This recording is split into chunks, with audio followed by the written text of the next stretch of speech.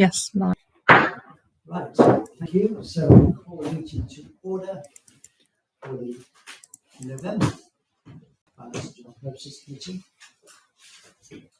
Item 12508, apologies for absence. Do we have any apologies? So we have nothing to accept all the agenda notes at Max and I were here, so it needs to be amended. Sorry? The agenda notes Max and I were not here. Oh, well, that's okay. We'll just ignore that. We are, so Yeah. you not receive those. Um, 25 I'm going to say when we get to declarations of interest, community interest isn't specifically there either. So yeah, it's okay. It won't be on the minutes. It's fine. you might want to, because it is part of the budget. well, So we'll move on to declarations of interest. So we'll see if we consider any declarations of interest from members. Those are asked to declare any disposable pecuniary interests or to declare any other interests. It seems that Councillor Chappell's already done that. So thank you. And we're all, of course, members of the QPH Trust.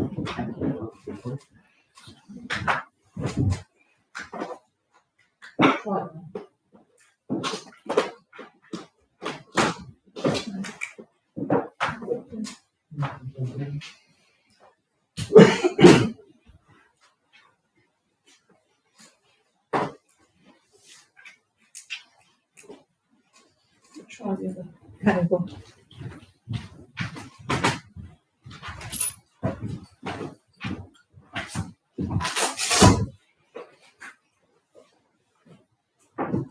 So, it's not the signal input, is it?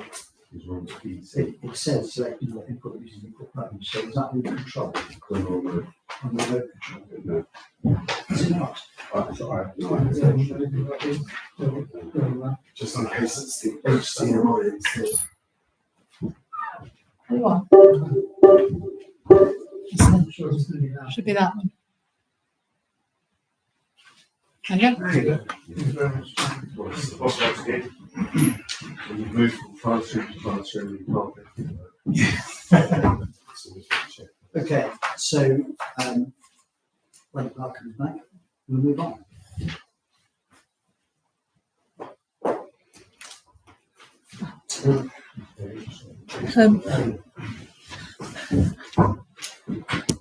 Have we done anything? So item 2510, representations from interested parties, we'll see none. So we move on to 2511, which is to consider requests from interested parties. Seeing none, we'll move on. Item 2512, minutes of previous meeting, the proposition is to approve the signing of the FGP meeting held on the 9th of September as an accurate record.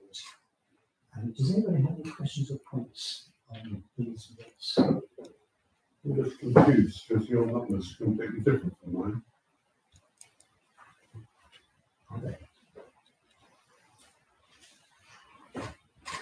Is that on the agenda? Yeah, I've had a look. I did change some on the agenda because they were wrong. 11th of November. Mm. Well, we'll run to these numbers. It's fine. Your agenda's okay. So 2512, any questions on this?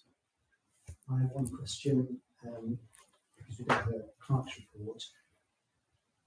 The minute recorded that we were asking you to get confirmation from Blue Moon that all of their cybersecurity was up to date. Have you? I did speak to them, but I can't remember what happened. Okay. I can change that, As an item for next time. Subject to that, I'm prepared to propose these minutes. Anybody prepared to second these minutes? David Chappell, thank you. All those in favour? Unanimity. I love it. Item 2513, financial matters. To consider the amendment to the FGP terms of reference. I have a couple of things, but before I do, does anybody else have any comments on terms of reference? So just one. It's only the one I raised on the stage. It's about removing the number, in this case 7,500. Whether it's worth putting a link in to the updated financial regulations, just so you don't keep spraying it around with what it is each year. But it's just not Two things I have. FinReg's asked for a 5-year financial forecast for the GP in terms of reference, say 3 years. So it should be 5 years, I think. And the second thing is it says that accounts should be reviewed at least every 3 months. And I think we put bi-monthly, double as part of the GP, or is that not right? When you look at income expenditure, more often than once every 3 months. Do you not? I see them every month. Yeah. So should it say monitor income expenditure monthly? As part of the terms of reference? How often do FNGP meet? FNGP meets once every 2 months, but the full council meets obviously every month at 7 August. And therefore, if we meet every 2 months, it would make sense to make it bi-monthly. But sometimes we don't meet. Is it always every 2 months or is it sometimes? Well, we don't have one in August. I was going to say, there's no one in August. Why don't we just say to review it at each meeting? It doesn't matter how many meetings. At each meeting of the FNGP, like it, James? I think the distinction is C. So they are issued to us for us to be able to examine based on whatever interests we have in it on any given occasion, versus review, which I think is a far more focused thing.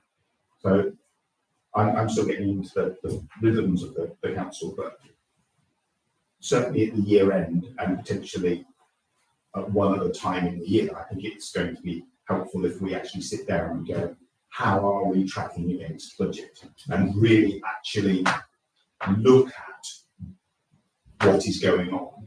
So what's your proposal for Sorry. the terms of reference? So I would have thought in 6 months. Review every 6 months. Yeah. But that would be a proper review rather than just say, we have a look at the numbers, they look okay. Yeah. Okay. Any other thoughts on that suggestion? Full review every 6 months. For it, against it? In a sense, you have both. You can say that we're going to monitor it, which is a more loose version at every meeting. And then every 6 months, we will actually review it, which goes further. Then we both have. Okay, so is that a proposal, David? Yes. I would Second, second that. second by James, all those in favour? What is the actual So wording? The proposal is that we monitor income expenditure at every finance. Whereabouts is this going? It's the second bullet point down. Right. So, so monitor every month at every FNGP meeting and review these. Yeah. Every other Every meeting. time, every FNGP meeting. Thank you. Do you want to send some wording to me? Because are we taking all of that other wording out? I'll And send you the word. yeah. My reflection. Something on YouTube. It will be on YouTube. Okay, and that will be my action point. okay. Item 25-1302, the simplest task we have tonight, to consider the draft budget for 2026 to 2027. I'll throw this open for comments, but before that, I think first Is it worth considering the next item before this item and agreeing that we separate out the different sorts of maintenance? Because if we don't agree that, then what we agree as the draft budget potentially changes. well, I don't think we will agree with draft budget.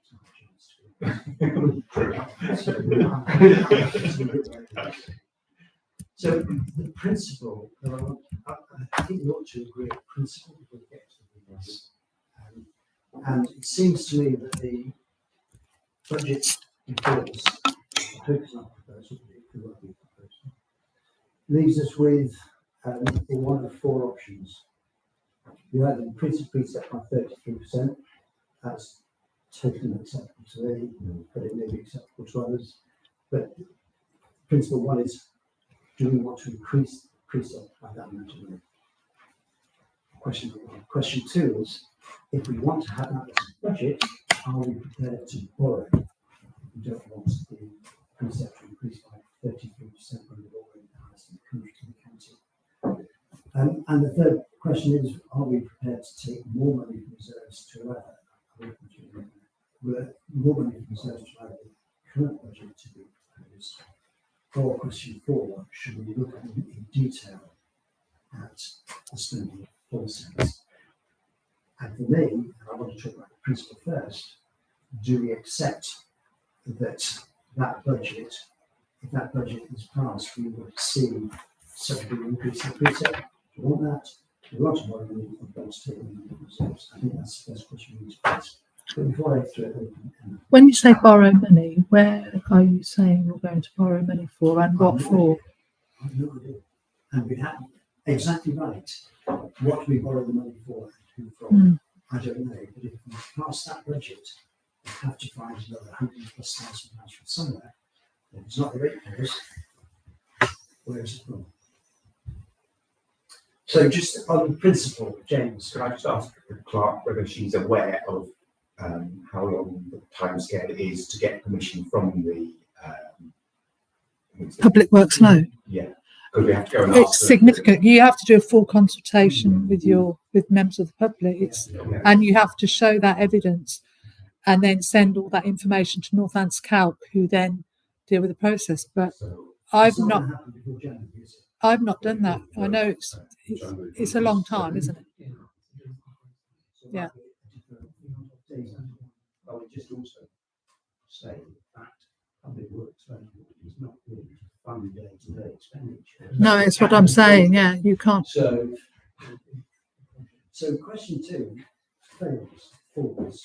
So we're going to go back to question one or question three. Are we looking to increase the precept by that amount, or are we looking to manage our reserves differently? And depending on the answer to that, will depend on going through this line by line to say, are we really thinking of spending that much money? The way You can't draw on reserves indefinitely because they would deplete to the point at which it becomes unsafe. Yeah. So even if we could do it either in whole or in part this year, it's a very temporary fix. Yeah. So I've no objection in principle to drawing down on reserves within reason. But the reality is that we have to, we can't have a precept that is that high. Any of us believe that that would be acceptable, which means that you've either got to increase your income pretty dramatically. I don't see how we're going to succeed in doing that in the timescale we're talking about, or we're going to have to control our expenditure somehow.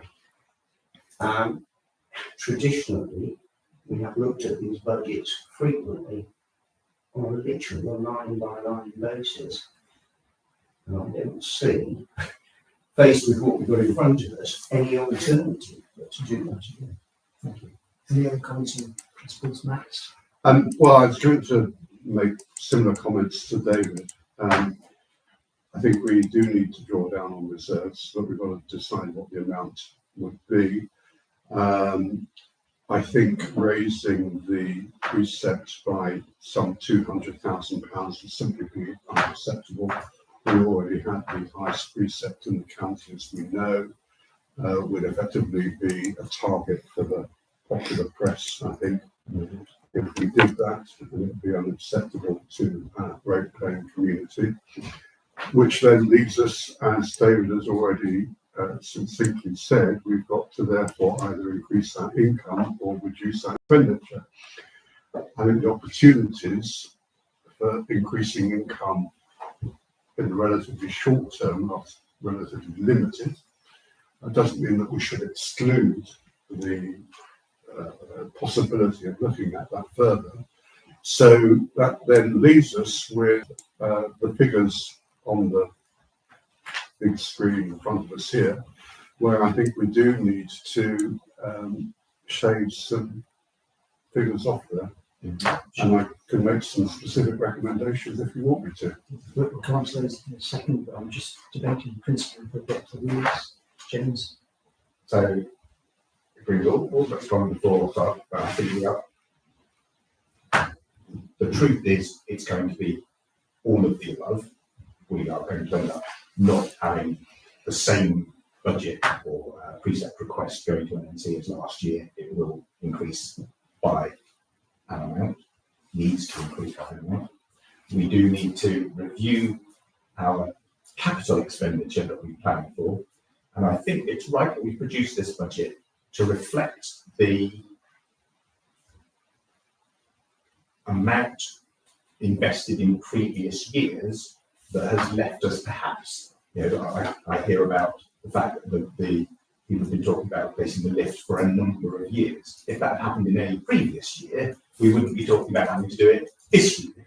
So I think this budget is a reflection of where we are, but just as when we've been discussing replacing all the assets on the asset register, and the fact that we would have liked to have saved up more for that before today, we are clear that we're not trying to make up for that shortfall in 1 year. So perhaps it is right to actually say, this is all the things that we know we need to do. Actually, we recognise that in an ideal world where we could have money, no object, we would do them all next year, but some of them are perhaps going to get pushed out by a year. Richard? Sorry. So that was my key addition, is that in reviewing it, it's not just to shave off a few pounds off each line, it's actually, this one is going to move. So I'll take you in a second, but within your statement, there is it seems like a presumption we will undertake all those capital items that have been put in. And I don't want Committtee to go forward on the presumption that all those capital items will stay or will in fact be included in the future budgets. We still have to have that. I was just going to make the point that it feels disingenuous to say that we've kicked all these projects down the road without having made choices. So I can say that, but that's how it feels. And the lift, for example, which I'm sure we'll focus on later, there's a big question over whether we need it. And there have been much bigger questions over etc. And I think the last council, all of them will support or not, we worked very hard to reduce unnecessary expenditure. And we got the precept down to a much more manageable level, but we've also spent on some really big projects. And the fact that the reserves are healthy, we've got over 500,000 in the bank, and we've done a huge amount the last 5 years. That's to our commendation rather than criticism. Thank you. Max? No, sorry, I mean, I don't even have anything to add. Maybe the term that I use, shaving off, it maybe deferring might be a better word. Sorry if I misled you. Can I have one last point about whether it's solely for F&GP to solve the conundrum of if we start talking about phasing or actually not doing things. I think within F&GP should definitely review all the numbers and make sure that we're happy that if we do these things, they will cost this tonight. But I would be quite interested in hearing full council's opinion on, for example, should we defer the lift, should we not do the lift, just as a hypothetical, rather than leaving it to F&GP to solve that conundrum. Thank you. David, well, just to pick up on that point, the F&GP will recommend a budget to council. Sometimes that has been driven almost on a precept figure without consideration of what exactly that would mean in day-to-day expenditure. But frequently, a budget has been put before full council, and full council is perfectly entitled to go through this line by line and carry out the degree of scrutiny that's being suggested. So our process today is perhaps arguably to try and make that job for the rest of the council easier, because if you confront them with this, Right. will we have 14 councillors left at the end of it? And actually, let's say I might question whether we would. I think David, your point is absolutely right. In that all the duties recommended, we have no authority to approve the budget. So it has to go to full council. If during that time, this may be your question, James, if during that time, during this debate, we say we don't want to spend that, and somebody in this committee wants to, and anybody can, add a comment to a recommendation like we made to say, in reaching this decision, we have decided as an FGP not to include, I use this as an example because it's all in the rates, we've decided as an FGP not to include replacing the lift in the courthouse. We could add that if the member wanted, but I think the purpose of this meeting is to say, let's go through this, because if we have to recommend something, we should be recommending something we have taken the time to review, rather than just leave 8 other people to look at this and go, bloody hell, what now? It's easy to have that conversation in a small group. So thank you, James, David, Ian, Max, Mike, for your input. Emma, do you have anything to add at all? No, other than I agreed. I don't know who said it, but I think this budget is going to. We need to have a look at some of the figures. We need to increase the precepts, and I'm not saying 32%, but I'm saying, I think you're looking at 10%, 8 to 10%. But then also taking from reserves as well. But we're not in a situation where we can ask for a public works loan to pay for our expenditure. I agree, it's only as an option, but it's clearly not an option. No. Although it's a full council decision. We should note, though, that within that number at the end, we've allowed for capital expenditure, but we haven't allowed for a transfer from reserves towards that capital expenditure that's been included. So the example I have here is we have I think, £13,000 reserve for vehicles, which hasn't been included in that budget, but we have a £50,000 spend for vehicles, which has been included in that budget.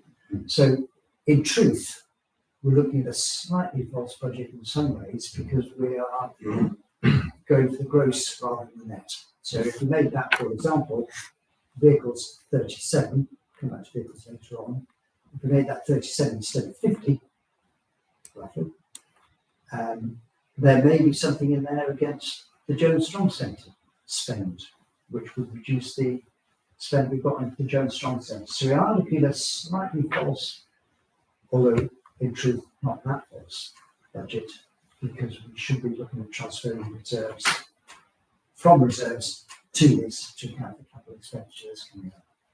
Now, Paul, I did ask you to look at that, but you've been away on holiday, so we haven't had time to do that yet. It's easy to jump about it now. Do you want that to go in now? No. And the only reason I say that, and somebody disagrees, is I think that's A, pennies and halfpennies, and B, we've already spent 25 minutes of our 2 hours debating so far without getting into the weeds. That's something you could probably do with my help or with James himself at a later stage. So are there any other comments about approach before we dive into detail? James? So I came in sort of halfway through that conversation, didn't really understand. In terms of, so we've got, Yeah, we just had here. so in terms of what we're doing today, when we're going to probably get on to how much are we releasing from reserves, do we understand what our reserves are and what calls are made on that money so far? Or do we need to agree that also this evening, so that we then know that we're taking this amount from reserves and where it's coming from in reserves? In that sense, with John sending an email to say that we can bring money from reserves, and so rather than me do it now, wait till tonight and make a big discuss. So I think I want to get into the budget. Okay. And the principle of how we manage reserves, I suggest we go along with that, because that's going to be quite complex too. Yeah. David. I mean, two sources of funding, apart from the precept itself, of course, if you just think about the mechanics of it, are drawing down the reserves, which is the question in the sense, how much might there be available? The other thing you can look at is, of course, will there be an underspend this year? And if so, by how much? Because almost every year that I can think of for the last 40 years, there has been, to some degree or another, an underspend. I think the other thing we should just bear in mind, just looking at those figures, from 2019, 2020, up until this current year, the various precept increases work out at 24%. And you can see that actually isn't far off, because if you look at the figure in 2019, 2020, just under 460,000 we were last year, and it's which we had over 565,000. It may be that we have historically not increased the precept sufficiently. And I know there's been pressure because of the cost of living crisis to keep the precept down. But I remember saying at the time we made the decision to stick it at 0% last year, that the problem inevitably is that the following year you end up having to increase it quite significantly. It's actually arguably less painful, and the headline figures look better if you at least ensure that you're aiming to match inflation, which currently is running at about 4%. So I think that a 4% increase is no more than sort of standing still against inflation. If we have particular things we don't want to do or need to do, we can potentially justify going above that 4% figure. Yeah. And be aware that you have to face up with James. So Do you want to get into the numbers, because Yes. we're coming back? So I was going to throw you the So taking David's thought process exactly verbatim, the latest CPI figure is exactly 3.8%, and if we apply that to our electorate base, the precept that would result from that is £595,000. So that's a 30,000 increase. Somewhere short of the £801,000. Yeah, but I just throw that there. As, So, any other comments, or can we ask the line by line questions that we need to ask? No? Wonderful. So I'm going to just go around the room. Mike, what questions have you got, or comments have you got on the budget as it stands? And can we, this is principle, stick to the larger numbers rather than the pennies and halfpennies in the report? Because otherwise we will be here. I did write down the 12 price numbers, Okay?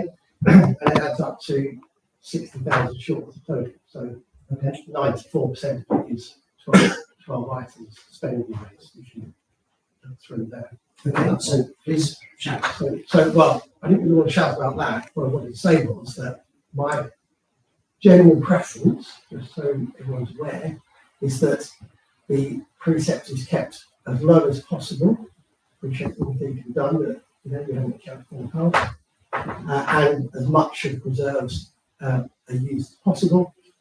And that from tomorrow, or the week day after the council meeting, full council, should that be approved, we start looking at the expenditure that we have and the income that we haven't got. That way, we start making headway to stop next year's going up 32%. I think it's a principle that has to be right. So, individual items. You want to go higher? If you go through your individual items, Okay. we'll take them off some of our Okay. agendas, Okay. and then So- anyone who's got anything different can get add I'm in. wondering, John, whether or not it might be easy to start with me, given that a lot of them are mistakes. Okay, let's start with Just, it might just fix something to touch straight away. I'll tick off 1, 2, 3 now. Because some of the big figures, right. again, I'll try and be quick. I mean, to a certain extent, I think we've been hoisted by our own petard, because I was instructed by states to come up with all of these things that are going to hit us potentially next year, which means that there are some big figures. I'm looking at this spreadsheet. And in particular, you will see that there's 50,000 on lifts where it says estates maps, as though it's my problem. Lift. Realistically. I would like to propose that we remove your. Sorry? I would like to propose that we James, remove your. James, I'm going to get Max to go through all of this stuff. Yeah. So I'm proposing that could be moved certainly into a future year, if only because I think there are larger question marks over the courthouse and the money we spend on it and invest on it over the next 24 months. So I would recommend that is deferred, if that's the right word. Is that the word you prefer, James? Deferred? Well, Yeah. I think we'll talk about this year's budget, put it into next year, have that discussion during the year. Anna, Just on that point, if during this year we have it serviced, our insurance company service it, they deem it unfit, you are happy for us to then just say we're not using it. It's I because we don't have a proposal in front of us, because we don't know what the details are, we can either leave it in, and as we could argue for every single large item, leave it in because just in case, or we can take it out and have to make an emergency decision if. So my proposal is that we defer it, take it out essentially. And I don't know whether or not, if we're all in favour of that, we can agree to do it and then move on. Okay, that's your proposal. Well, I've got a comment. Please do. I mean, when you get that number, it's a shock. And I got that there, it was a shock. However, I've been expecting sort of that number for 6 months because of the way things operate, which I knew nothing about before I came in to council. But on reflection, that number, this isn't somebody saying, come and take my front room or give me a conservatory. This is, people who give up their time, along with Emma and Paul, who are the officers, put together something which is needed. So all of these things on here, in an ideal world, we would pay for.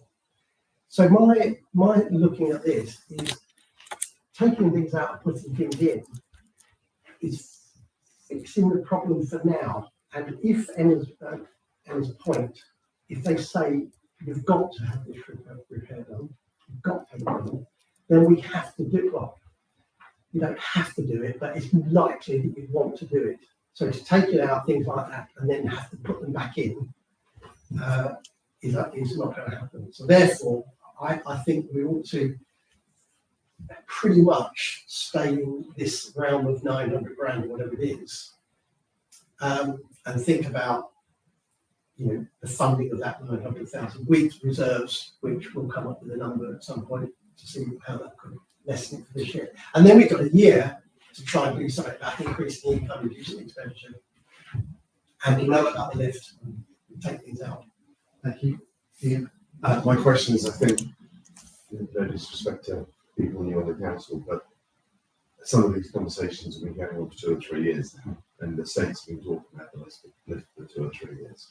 And the question is, you said the lift's needed, and I think the question is, to balance against that, is why is it needed?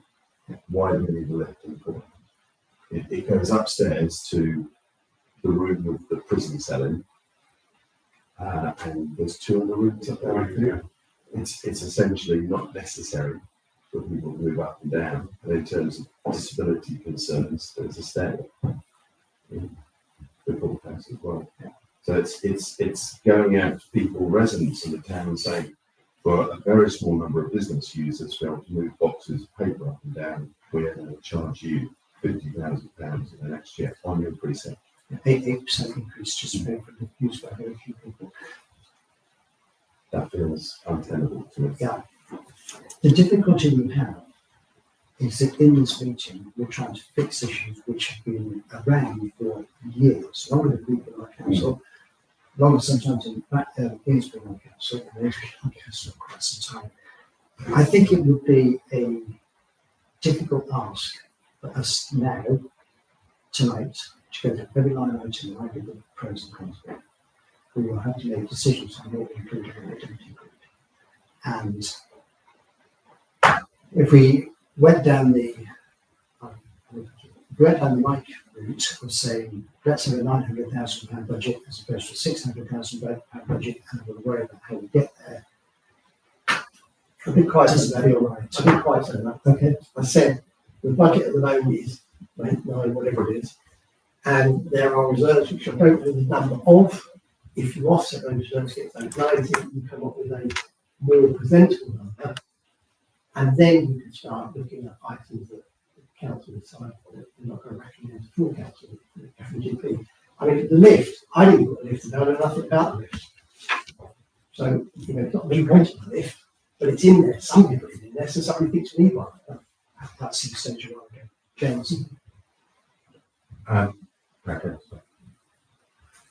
Okay, so Max, you're suggesting taking that out. Well, I was suggesting that if we're looking, well, Mike's raised a different issue, which is basically say take nothing out, essentially squeeze your reserves. I mean, I think before we start talking about taking things out, essentially he's raised a different principle, which is you keep the budget as it is and you squeeze your reserves. And if we agree to do that, then we accept the budget. End of. Yeah, which I think is a tough ask, unless we look at the reserves, which is what James suggested earlier on. Because we're not going to borrow money, so we're going to take it from reserves. We already know that reserves aren't enough to do all the sinking fund requirements that we have, and to leave a couple of 100,000 as our day-to-day reserves. So we've got £500,000, put £200,000 as our day-to-day reserve, we've got 300,000 left. But given the number of assets we will have to replace over the next 12 months to 20 years, there's not enough of the sinking fund to recognise the amount that should be saved so far to replace those assets. So we can take money out of reserves now, but all that's doing is saving a problem for the future. But I'm beginning to warm slightly to Mike's proposition that you actually accept the budget. Logically, to do that, you draw down on reserves, but it may be, so take the lift as a good example. Yes, it's in the budget. Once we really evaluate whether we need a lift, full stop, it might just miraculously disappear and your £50,000 spent on budget, which you can put back into reserves. Or not take out of reserves. Budgets. Yeah. Interesting. And your proposal that Paul implemented to have separate lines for the R&M line and then the CapEx line means that £40,000 or £50,000 budgeted does not stand any danger of suddenly dripping into repairs and disappearing out the door, because it's a separate line item, it's known to be CapEx, got to have a business case, all of the good stuff really. Yeah, so that's what I want to do, it actually separate stuff to keep this different budget. So Just a very minor point, I didn't make a proposal, I made a suggestion. Well, the idea is that So I still want to go through, particularly the larger items, if we look at anything, for example, over 10,000, which of those can we make a decision now?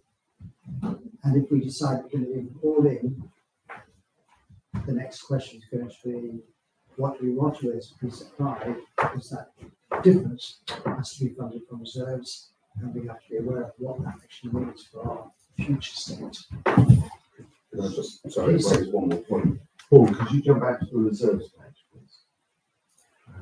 I know last year was doing quite a distance from everyone, but we've got on the property R&M budget there, 222,863. Yeah. And that was put aside for this year to deal with a number of the problems we knew were coming, potentially the lift, the hopefully not, the roof of John Strong, etc. Yeah. We put everything that's come up in the estates list this year into next year's budget.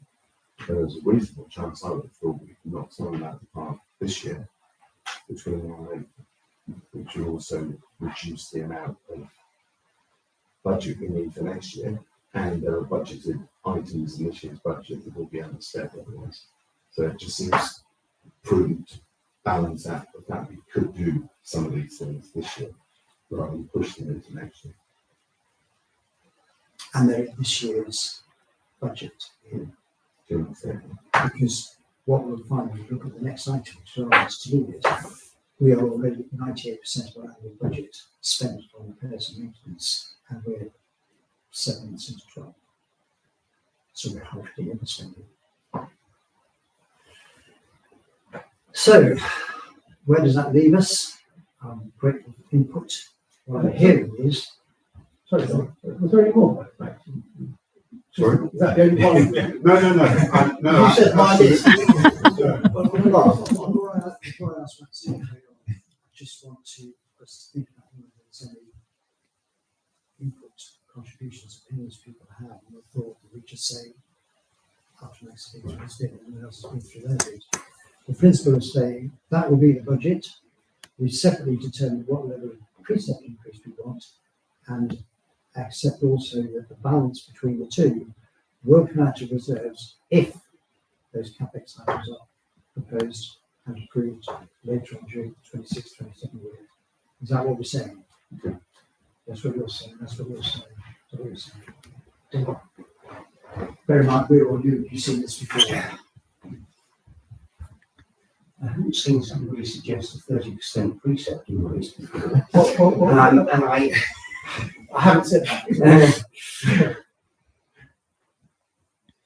And that's where you are without starting to play with figures straight with transfers. Yeah, I think it's difficult to say just that one item, put the lift, and then make a decision on the lift and then move on. I'd almost rather hear the whole of Max's list, and list not lift, and see what that kind of grand total comes to, and then I think it might be a slightly easier exercise to think in terms of prioritising this, that, or the other. Okay, I like that idea. No objections. Let's do that, Max. You mentioned the lift as an option or an issue. Yeah, although, again, sorry, I feel I'm almost going to do a 360-degree turn, because I said a few minutes ago that I could go through the things that have come out of the exercise that the Estates was asked to do and say, well, actually, yes, you asked me for this figure, but it could be deferred. The more I think about it, I was asked to do that for a very specific reason, which is to identify costs that may, and that's the critical word here, may happen next year. Some of them may not. Some of them may not require attention at all, or may require attention in 24 or 36 months. But I've identified things. So if I go through these line by line, I'm almost undoing the exercise you asked me to do, effectively, which A means I spend a lot of time. And realistically, we're not the people that can make that decision. So take the fact that there is, 50 grand on vans, motor vehicles. Yeah, that's because you asked me to identify a risk. I've identified the risk.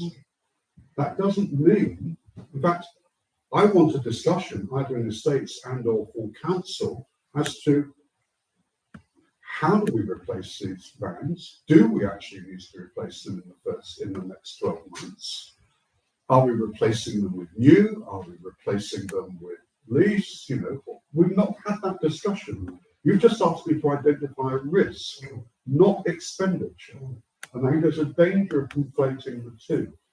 So in that sense, I am actually very wedded to the idea of just skipping the budget as the budget. Because otherwise we can go through and undo all of these kinds of things that you actually asked the states to do in its terms of reference. Yeah. I thought the request to the states, as I understood the request, was provide us with a detailed budget of what we expect to spend next year, and then a less detailed budget for the following 4 years. Sure. I haven't seen it as everything we think we have to spend has to go into next year. So I think there's a difference. Yeah. And I think, for me, anyway, how will we spend? For me, it's a question of looking at that and saying, are there any lines in there that ought not to be there, or we think are generous, or should not be included, or should be increased? And the £50,000 that you've added in there for the lifts or for the house or whatever, should we be putting that in next year because we expect to spend it in 6 to 18 months' time? Or should it be something which you're saying over the next 5 years we might have to do it? I think there's a danger that we're thinking about a budget in terms of what we will spend as opposed to what we may spend. And I think because of the way we have now operated by identifying really quite closely potential spend on estates, and a lot of it is to do with estates, let's face it, is because this is something that may occur next year, but it equally may not. So in that sense, it's not, what I'm trying to say is, if you take many of the figures that the estates have come up with, they are indicators that this money will have to be spent. There is an expectation that it might be spent next year.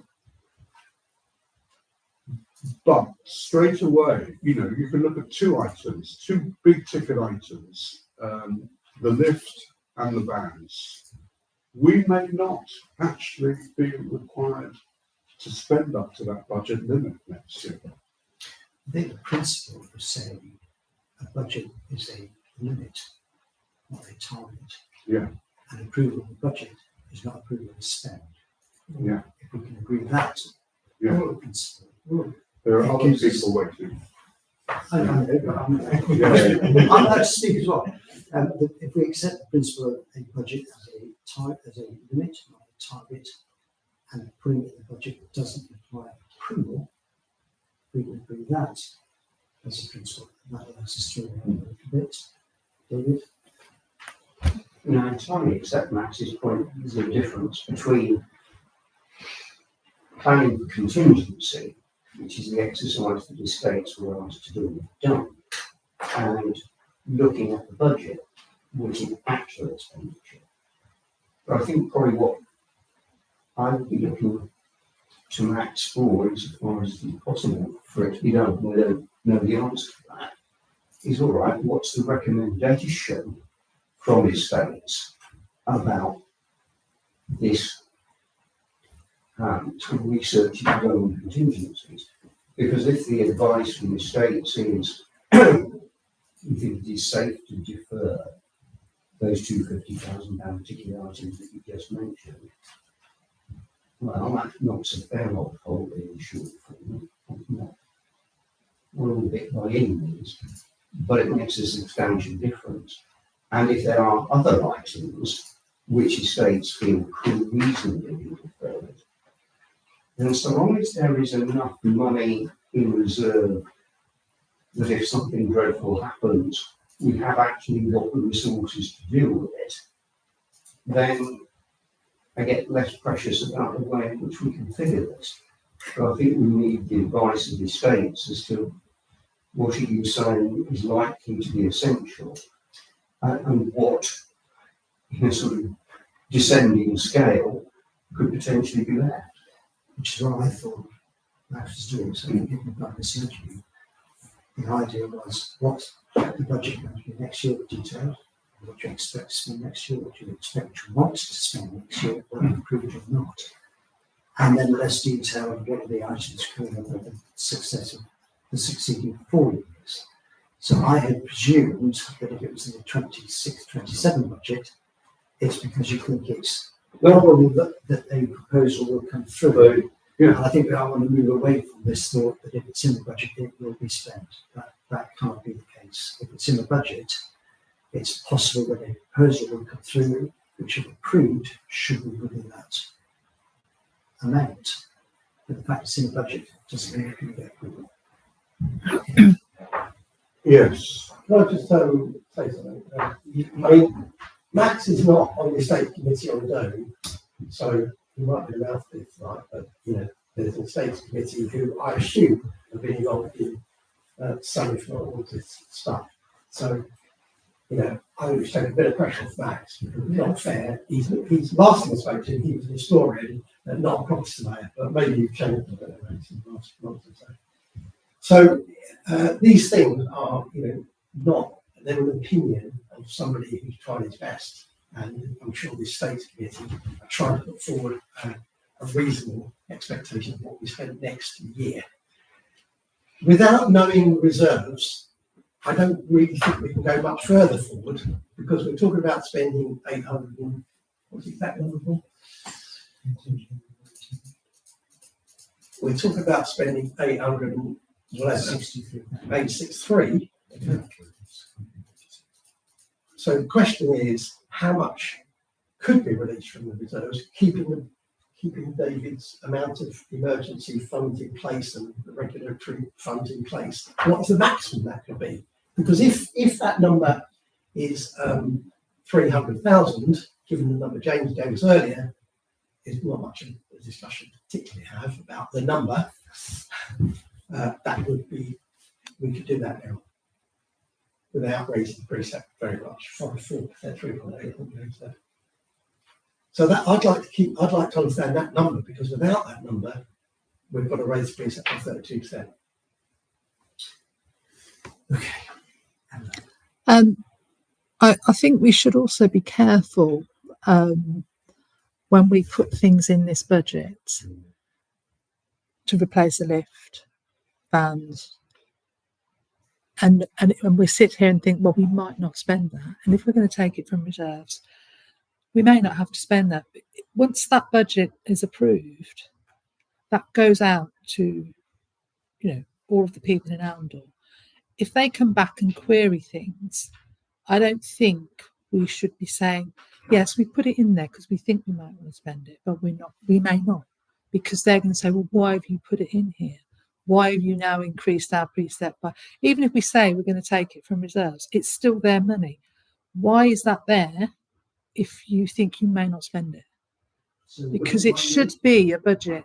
We should be sitting here and saying, for the next 12 months, well, in that financial year, this is what we're thinking that we need to spend. So what you're advising us, and children was class, thank you for that. What you're advising is to be a little less, I don't want to use the word cavalier, but I will, because I can't think of a better word. Say, that's a budget, let's just accept it. We'll determine a figure of 3.8 or whatever it is to increase the precept, and the balance we'll just take out reserves. You're saying that's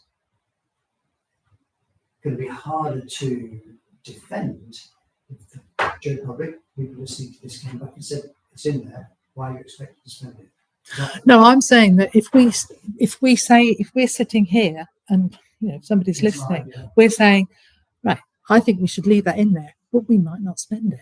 Yeah. You're almost, it looks like you're going to be borrowing money Yeah. for something that you put it in there. You think you might spend it, but you won't. And I don't think that will come across very well to people, because they'll say, well, you could do that with everything, and then you never spend anything. Thank you. I'll take David and Max. I used the word contingency earlier. The beauty of the word contingency is that it is everything and nothing. If you literally had a budget line that said contingencies, it's a lot easier to sell, because people will understand that concept of putting money aside to meet contingencies in a way that they may not understand. We put it aside to purchase vans that we may or may not purchase because there's actually a budget line that says it. There's also a risk, I think, going further than that within council it becomes easier to say, we budgeted to spend the 50 grand on vans, let's go and spend the 50 grand on vans. And the problem is we might do a lot of that sort of thing in the first 6 months of the year and then start looking at it and thinking, how are we going to get through the rest of this year? So whilst taking out some of those big ticket items and simply putting a global figure for contingencies in, which might be significantly less than the sum total of the big tickets I think the whole thing becomes easier to sell if you're looking at how do we actually try to ensure that as a council we don't get masses of flack for being profligate. And whilst I'm saying that, can I also just make this point? One difficulty of being the sort of council we are, which is a very proactive council managing our property, is that you don't do that without staff. You don't do it by paying staff peanuts. But actually, if you look at what we're budgeting to spend on staff in the next year, in excess of £300,000. That's more than half the entire precepted figure from sort of last year on wage costs. And I do occasionally get people who query why we spend so much on salaries. And I think if we're going to be doing this, one of the things we're going to have to do in terms of selling it is explaining exactly why we have people doing the roles we have, not personalising it and saying apart from them and deputy clerk and Lisa, but we have these functions that have to be performed. And that's what it costs us to perform them. If people then suddenly said, well, we're doing too much, do less and employ fewer people, then we'd have some decisions to make. We would, and that's where democracy comes in. Max, you've got a point? I very much take Emma's point, but I think David's use of vocabulary is very clever, and I'm very supportive of maybe having a contingency item, because in a sense, many of the things that I have added in estates, although I see them as priorities for 25-26, they are kind of contingencies. And I think we need to remind ourselves that the council, only 2 meetings or so ago, agreed a resolution that everything over, £700 requires a budget statement. Yeah. Well, when it comes to actually writing a budget proposal, business case, for things like the lift and the vans, to mention 2 things that add up to 100,000 alone, well, I'm not convinced that full council would support them. How would it be, just as a thought, because we need to get on to making something recommendation, I think, at some stage. If we took David's thought of having a contingency line, how possible would it be for you, Max, to say, 2 vans, there's a 75% chance that we'll need 2 vans in the next year. There's a 50% chance we need to buy a lift next year, and use that as a way of saying, okay, the contingency. I can easily put those 2 items. 150,000 of it in the contingency, yes. Or maybe, whatever. No, so my question was, if we say, I'll just take 3 items, 50,000 on vans, 50,000 on a lift, 25,000 on John Straw, just here we can be out there. If we said 75% chance of vans, 50% chance we have to replace the lift in the next year, 100% chance we want to do John Straw in the next year. So we say 100% of 24, 50% of 15, 75% of 15. That's a contingency that we've allowed of whatever that number comes to. And if we look at the bigger ticket items on that basis, we would have a smaller contingency fund than the individual line items. I think David's pointed out, if we have individual lives for all of those things. It becomes more of an acceptance that we might have to spend in those areas. Whereas we have a contingency fund, it's not necessarily in those areas. You want me to undo it? No, I think we're asking to work with you to progress it. You've said the lift is something that could come up. So we're all now thinking, is the list? It is a high priority. It should be done in the next year. But we don't have a strategy around what we're going to do about the maintenance of the courthouse. So I have no idea whether it may happen or not. So is your view that we should include it because it's possible that it will be come forward as a proposal next year? If we want, as a council, to invest in the future of the courthouse, we should be doing it next year, yes.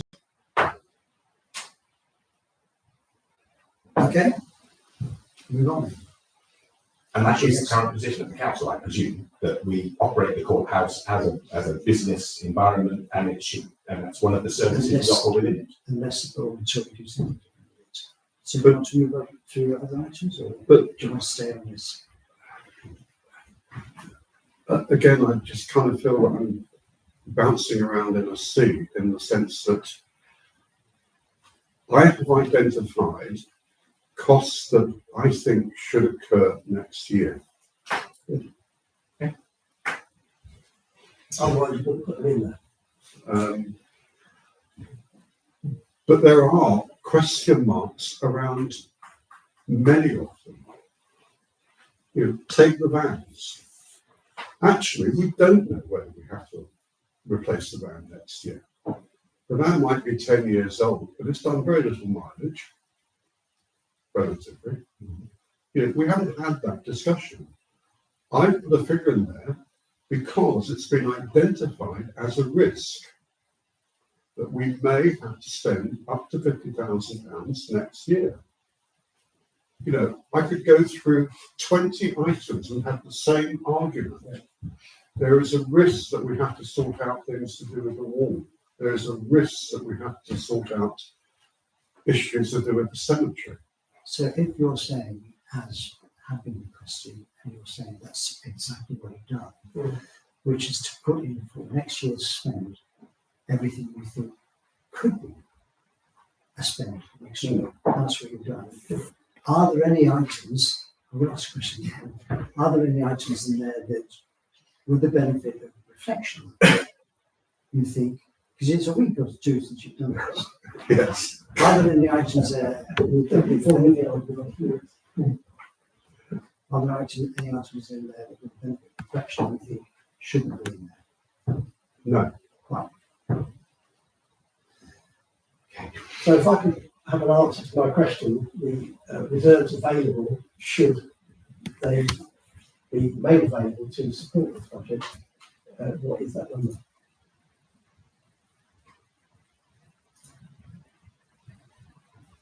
I think before we do that, around saying, I will come to it in a second.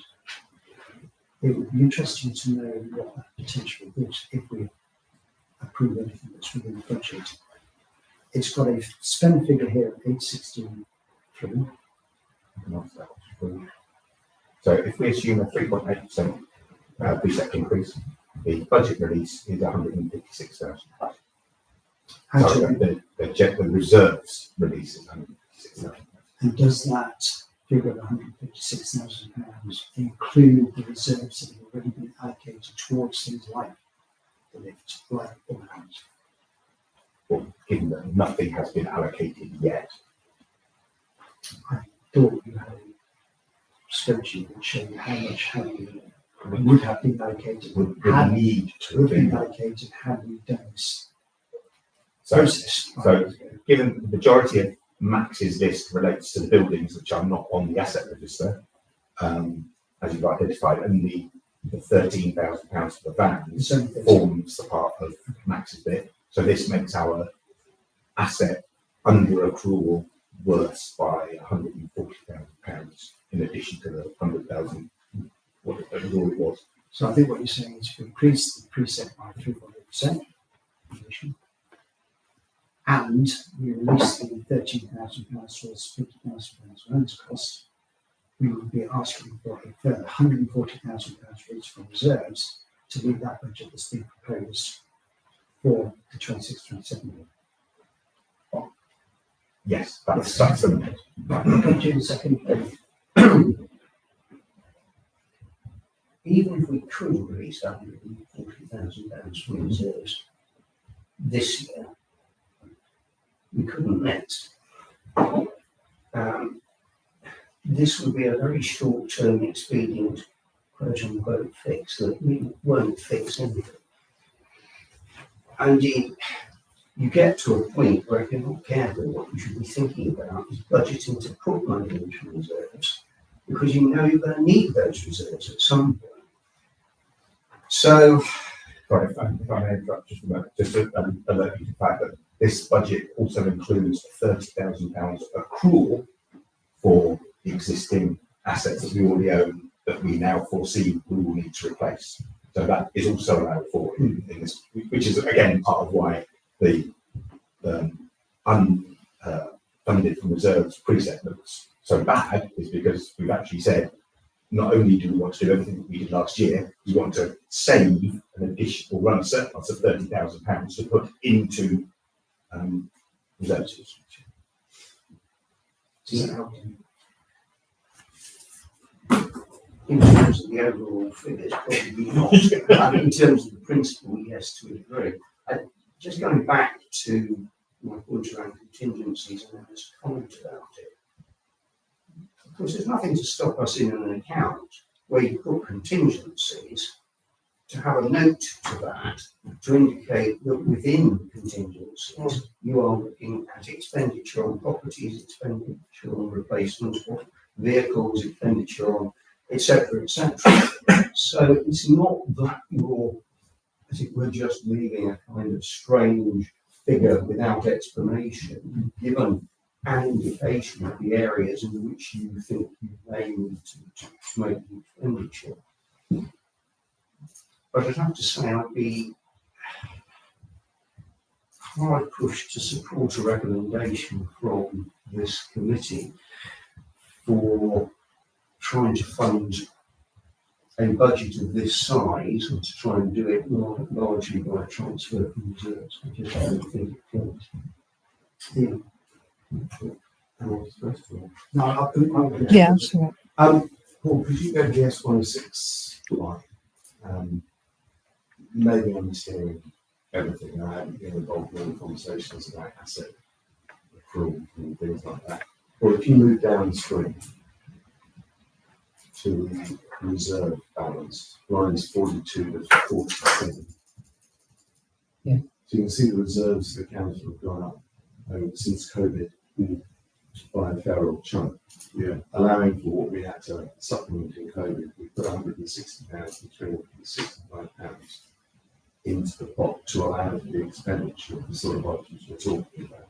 But don't forget the latest 523 included £46,000 brought forward for the solar array unfinished. But that hasn't been budget, that's not a good one. But the point is, we've put a lot of money aside for exactly the contingency we were talking about. And the items that the estates will be three of them are here. There's only 4 or 5 members at the moment. We only have 3 a couple of times. We're fully aware of the timescales involved, and we know we've got this money in our back pocket if we need it. So it feels like we're portraying this Armageddon situation that's about to approach where we have a lot of money, freeze it up to 33%. But I feel that we've been quite confident in planning for these things, and when they're needed, we've got the reserve. We can't dip into those reserves hugely now to reduce the precept, but it feels like the devil counting. We've got the money in reserves ready for these things, and now we put them in budget for the precept, and then we're going to put the money from the reserve into the precept and keep it down. So But it's all the same money. you're saying you're more confident, say, for example, David, that if we transfer money out to reserves, should the spending be approved for those specific items where the business case is put forward, we already have money in reserves to meet that. 140 megabits in course. I'm not saying that directly, but I'm saying that effectively, yeah, because we put that money in there for exactly that purpose. But we've known these things were coming up. We just haven't put them in the budget because they were contingencies, and we were very clear last year. And you can watch the recordings that we have put our budget up and up and up year on year and year, and we're getting to the point that we're becoming accused of having too much reserve. And that's why we put it into an R&M reserve last year, so that we would be able to spend when the time came. But double counting doesn't seem to be the solution. I'm not sure why it is. I think what it's saying is that someone's right, if I'm accurate, there's a potential spend, 900 megabits for 860,000 pounds. We have got some income coming in. We've got a precept income coming in. We have a shortfall for 140,000. If we have to spend that because we buy vans, because we buy this, because we do Jones Strong Centre, if we spend that, it will come from reserves. That's basically what we're saying. Yeah, 750 is the net expenditure on there, so 140,000 income. 592 assuming 43 by whatever. The difference is a number similar to James has come up with, 150, 160k-ish. And I think what he was saying, tell me if I'm wrong, there's a lot more than 160 there, even when you put aside 200,000 for the running costs of the council requirement. I think the only pushback on all of that, I think that now broaden the cinema. I think there's still questions about Sunday numbers. What we're saying is that if we agree that overall number, which will require some selling to the public because it's a massive, massive increase on what we've seen before, we would fund it by saying there's a precept, it's only going up by inflation.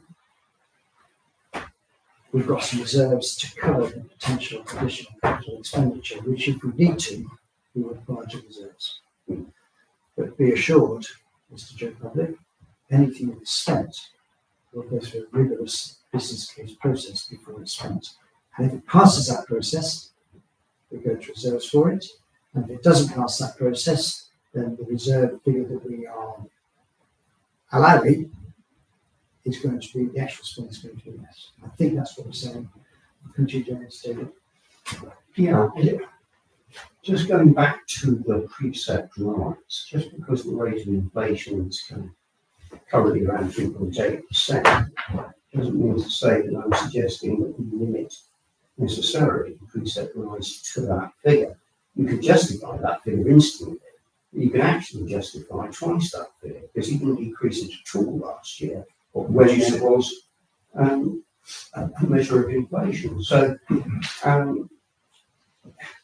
that is going to instantly provide a little bit more in terms of funds. I would actually say I'm trying to do the number crunching whilst we've been chatting. But if in fact you double the size of the precept increase, you can reduce the amount of the reserves transfer. So I don't get too stuck in my view on 3.8 or 4%. I think we should probably be looking for a higher percentage increase. And we can point to the fact that last year, in recognition of the fact that these were difficult times, suggesting that suddenly it's all not been home. But I think the focus has moved on a bit since then.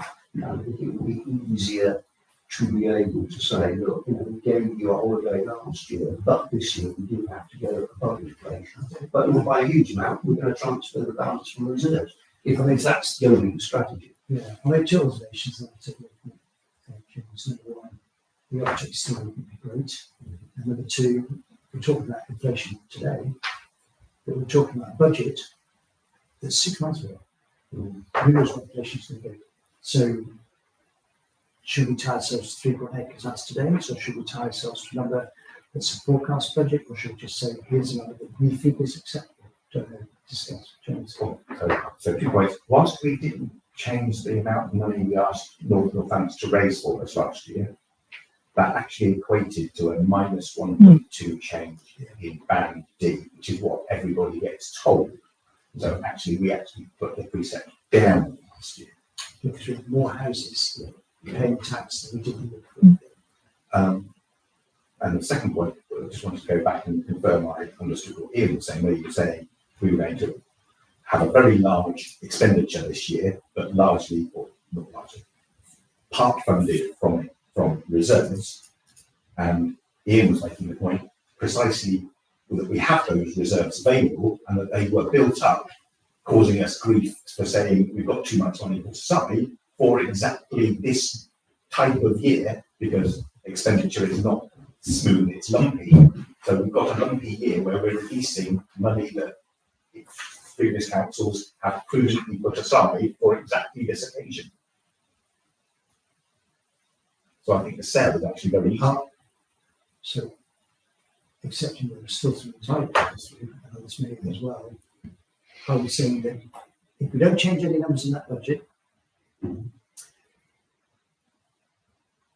and we select a number to increase this year's precept, the balance, should those proposals A be made and be accepted, will be funded through reserves, and if those proposals are not made or declined, it means the amount we transfer from reserves is less than we might budget for. Is that broadly? Yeah. Yeah. Right. Lots of nodding faces here. Two or three things. First of all, we worked last year on the premise that the number of properties in Anvil was going up. And clearly we've had that confirmation. Well, not very many houses given that were built. From 261 to 289. And for next year, it's estimated 2326 is So- not funded. So again, our tax base goes up, which is good news. The second thing that might complicate things or make things simpler is I suspect some of the repairs that you've got on your list can be done this year. The Jones Strong Centre for one, potentially, and the Railings, for example. So that might reduce the numbers and reduce the odds. And there's no budget in that this year.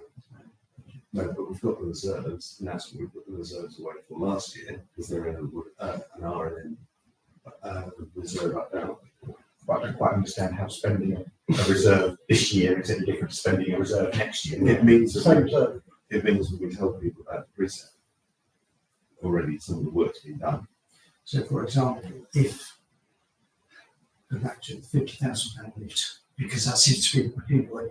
If the £50,000 lift was done this year, we'll be saying to ratepayers, increasing the preset by 5%, and we might be taking 90,000 from reserves. The reserves are 50,000 less than they are at the moment, but that's irrelevant because we'll be saying we're taking 90,000 from the reserve figure.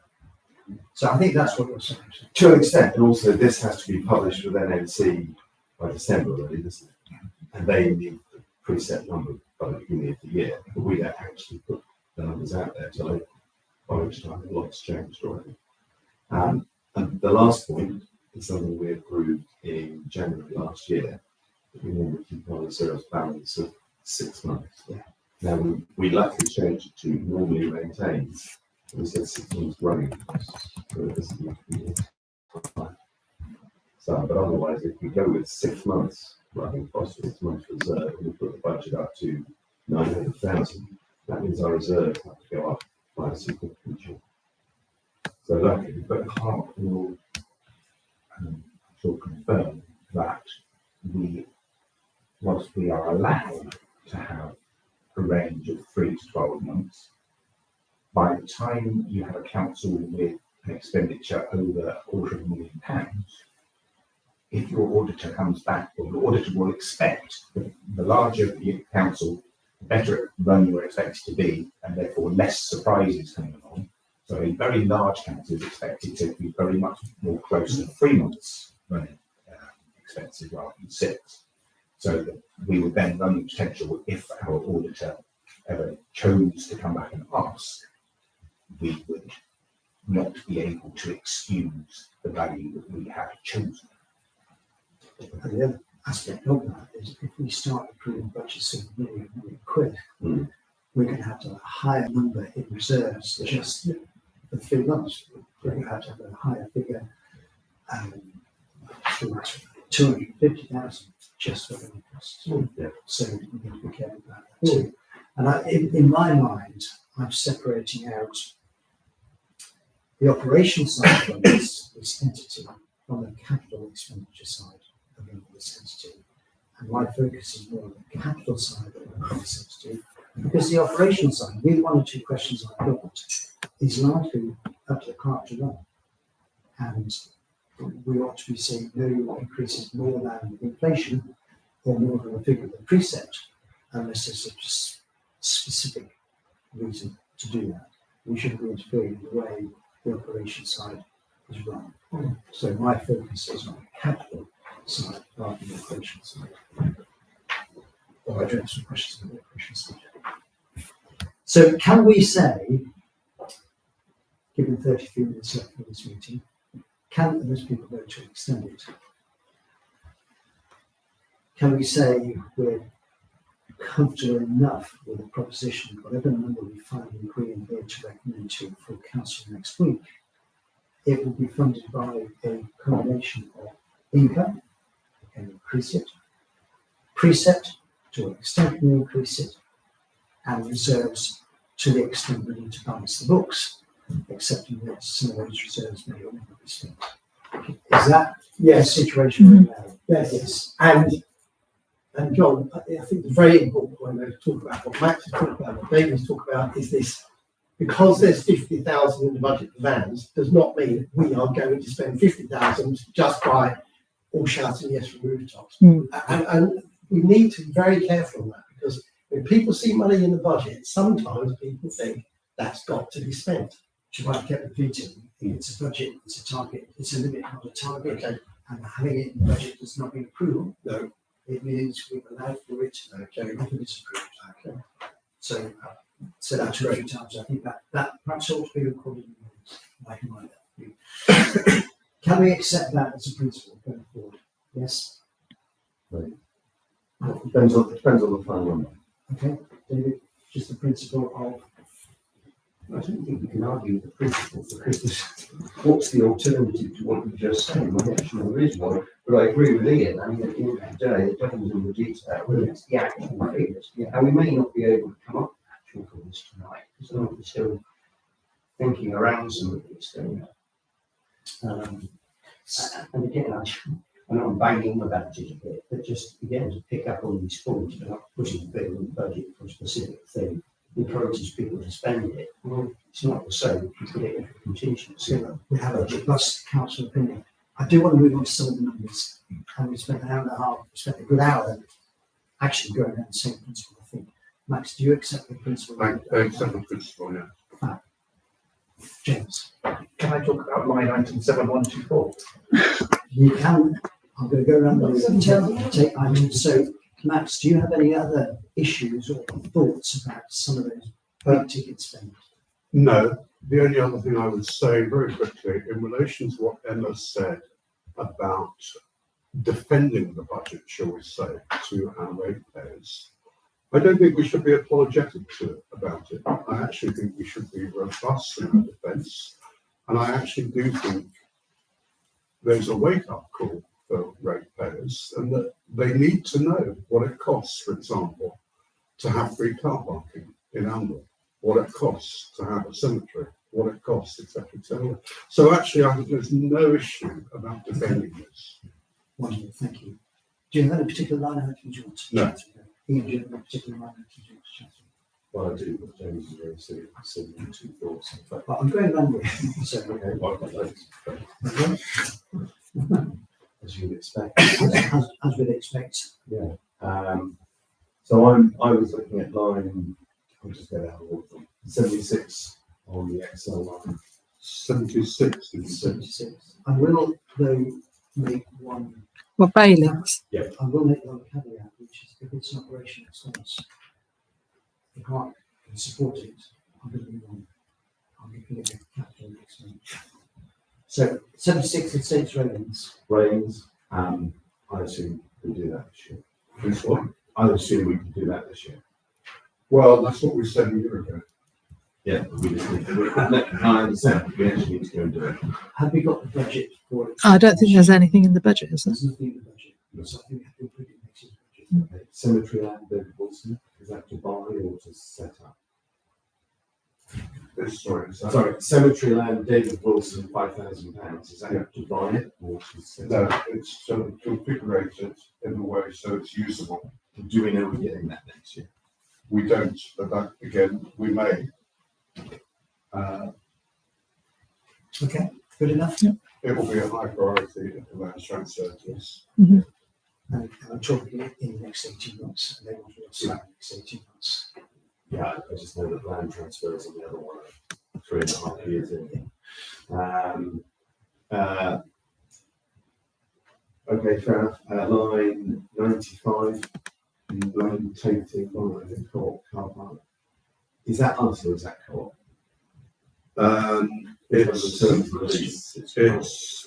It's actually the lines in whatever. It's the long stay car park, is it? The long term. Yeah. East, what it's called, East Road.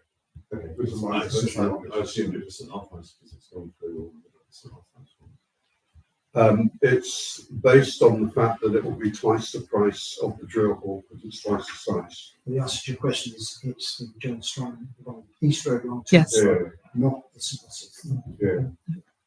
So it's not the car, even though it's in the car bit. Yeah, line 101 and 102. Recreation ground. So they're 0 and 0. And that's 102 is different. So recreation ground, youth activities and Rockingham Hills. It says nothing there. And you're saying there should be something? what else is with that, and then line 112, we actually have a lot of money for playground maintenance, etc. Just given how much we spend on it. So. It's a question. I'm going to go with the amount of work that Max did on proposing this budget. There's something in there. Yeah, we've in the past we've had an amount of money in that in youth activities.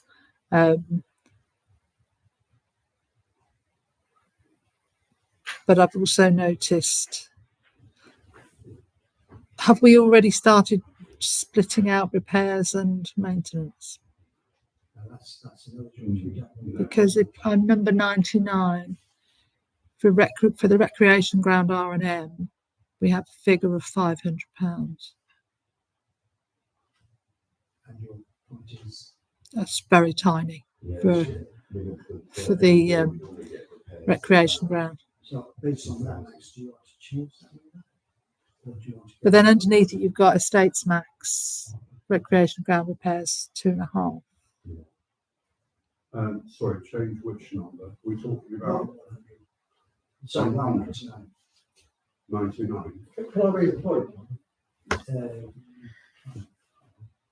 That one. I believe there are Uh, a reserve figure for replacing stuff we've already got. All the stuff we've already got. This isn't replacing, this is every year we get a report, a safety report, and it's doing the work on the safety report.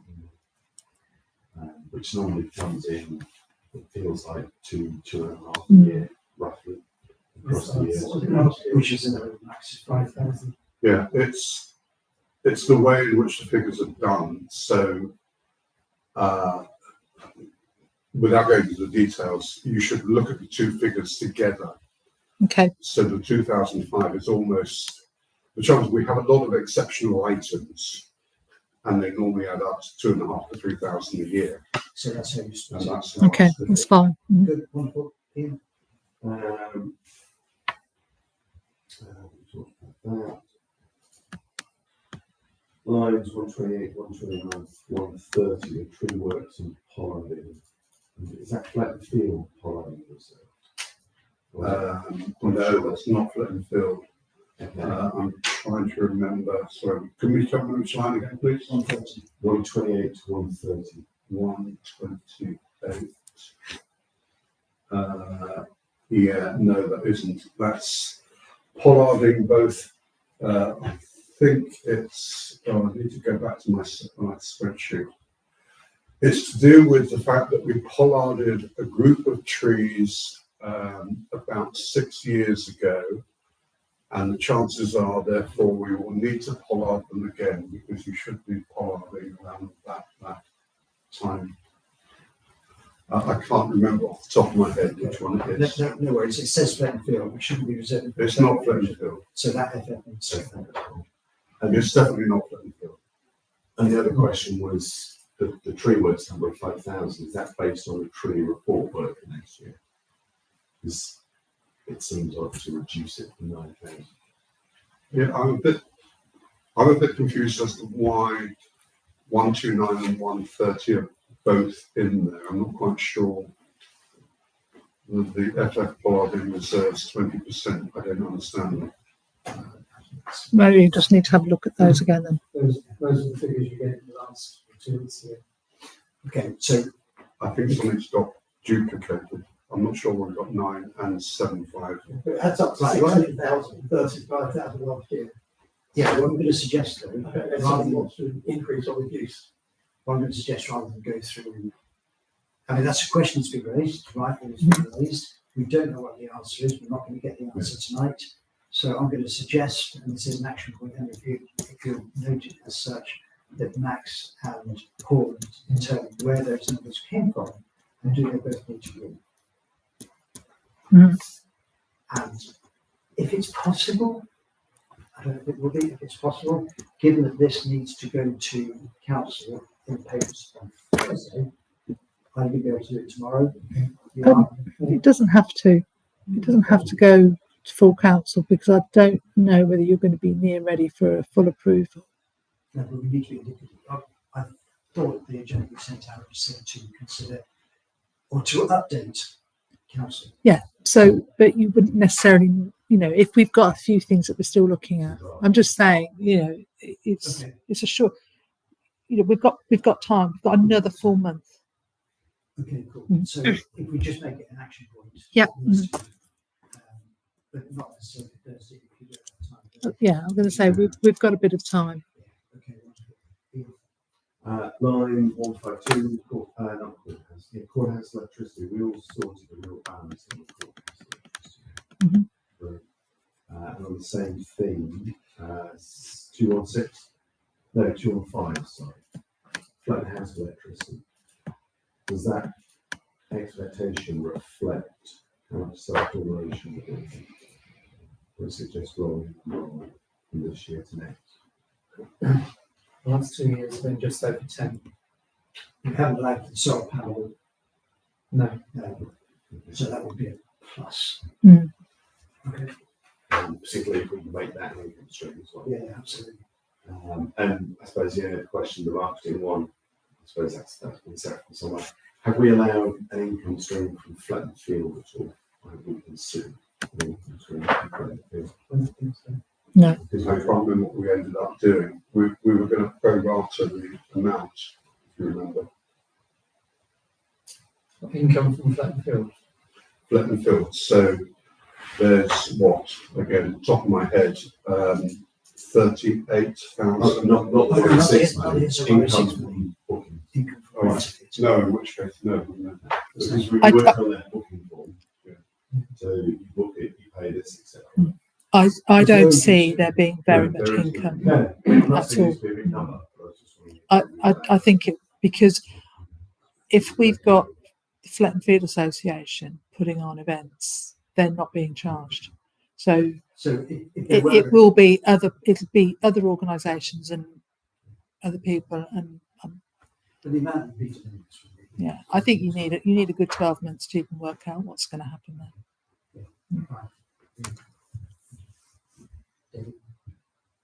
Yeah, in terms of detail, I'm sure. Okay. Thank you, James. 7124, please.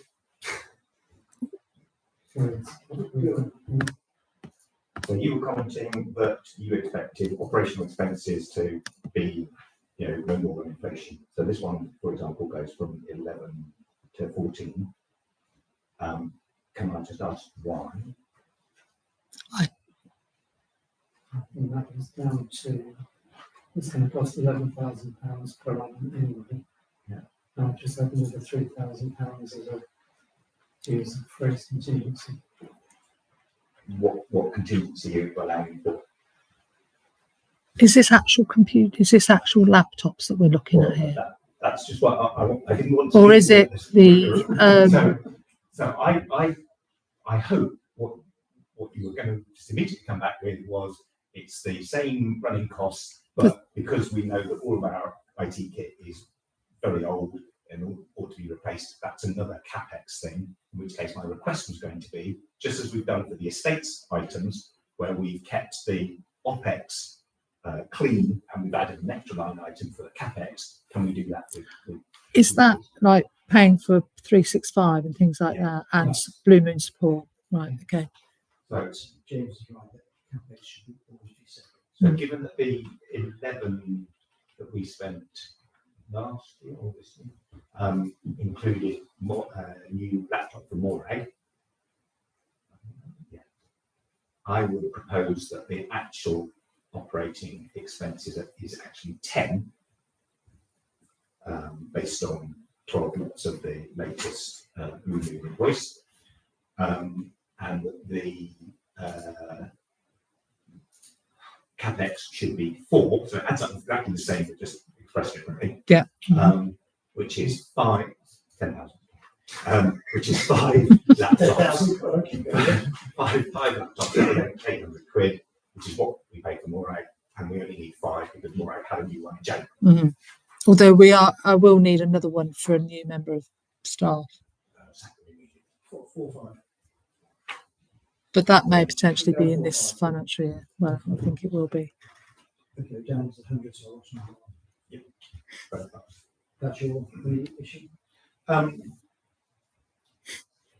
A general point, having looked at a particular invoice, we could save 5% of our IT running costs, our Blue Moon 365, by moving from monthly subscriptions to annual subscriptions, just using Microsoft's pricing.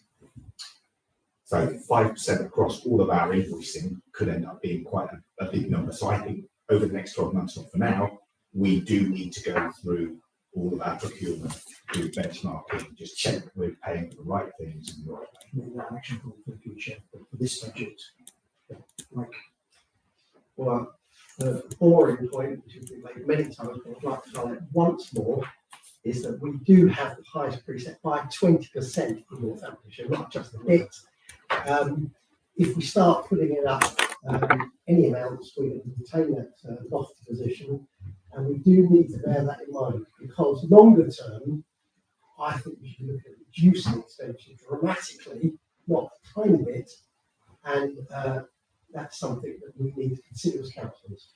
Maybe not, it might not happen, but we need to open-minded to a big reduction in buildings and all the rest of it, which is why we've got the proposal that's agreed last month to start the process.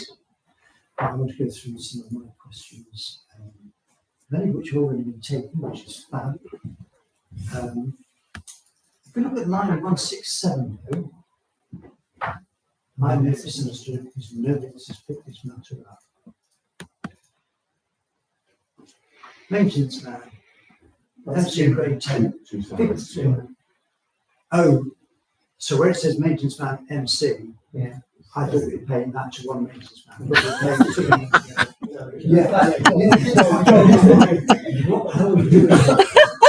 What we do? The pay rise. I want that job. I'm going to do that job. Move on.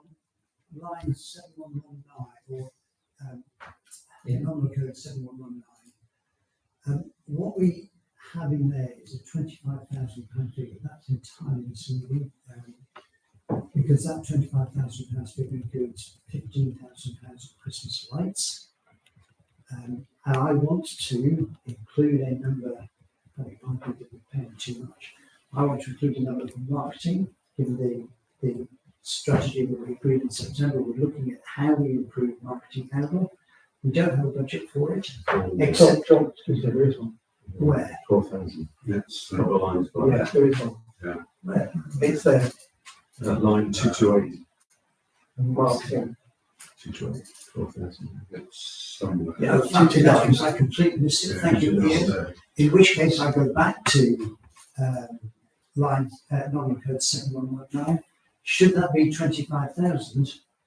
Given that we only spent £50,000 on lights and we underspend that budget every year. If you look, last year we spent 18.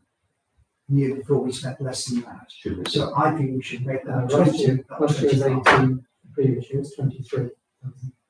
But what was that spent on? Because it's a If it's of any consolation, I had a figure of 20 or 25. yeah, I think it should be 20.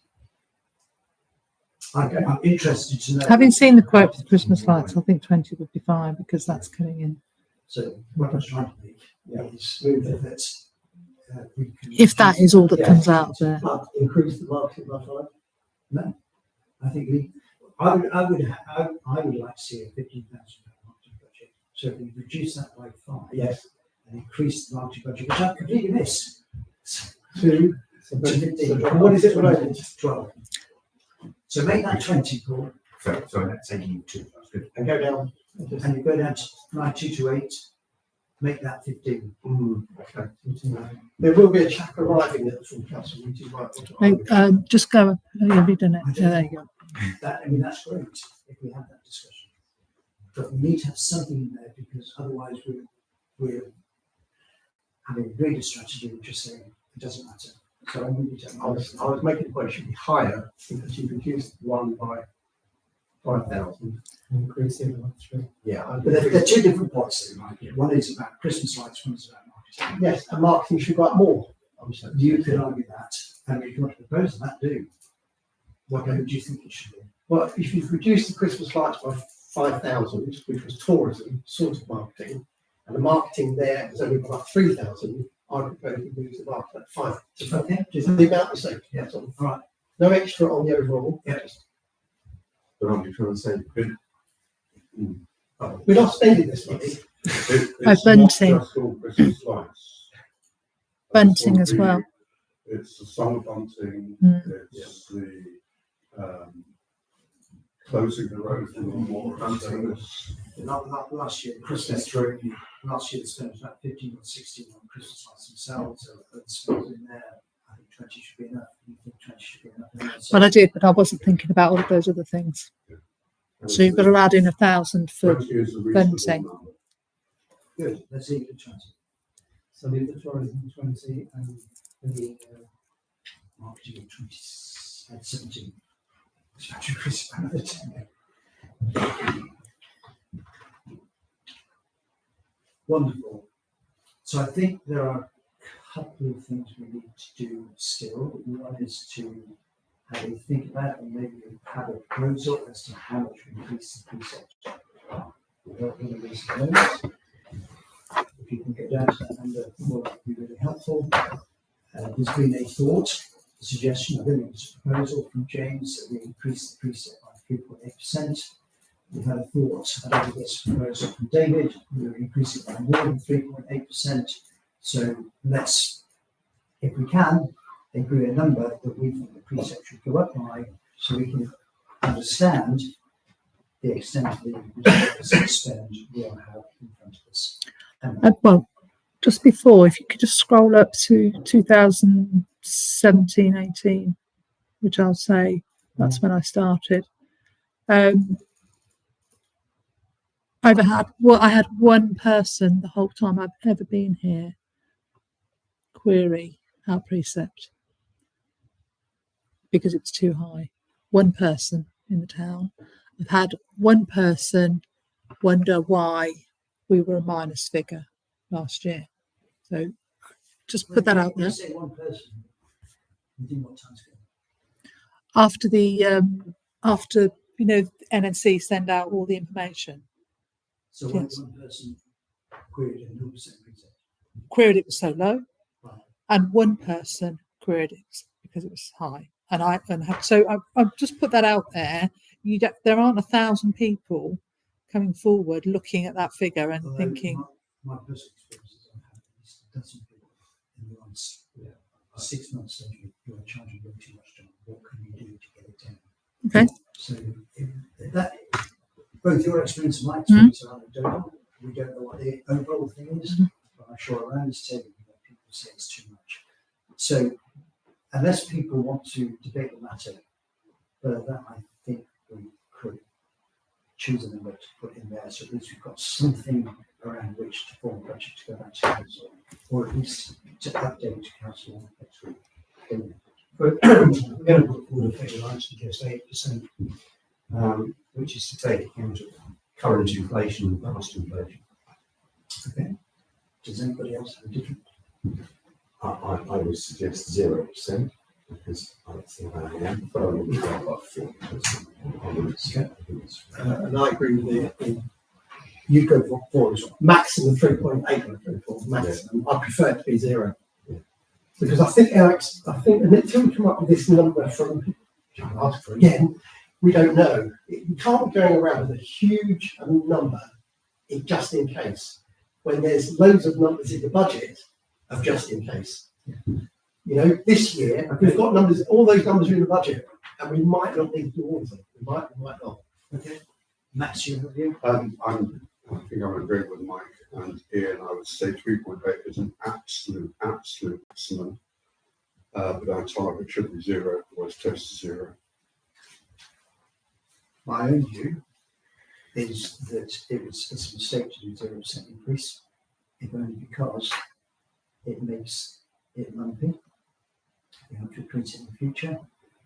And whilst I'm in principle resistant to increasing things by inflation, because you could make efficiencies, there is no business, no entity I've ever come across in 50 years of working that can't be more efficient. And I think it's council to be more efficient as well. In terms of spend, you've identified 5% on computers. There will be other things. So in principle, I'm against just raising it by inflation because I think that's lazy accounting. But at the same time, it gives us a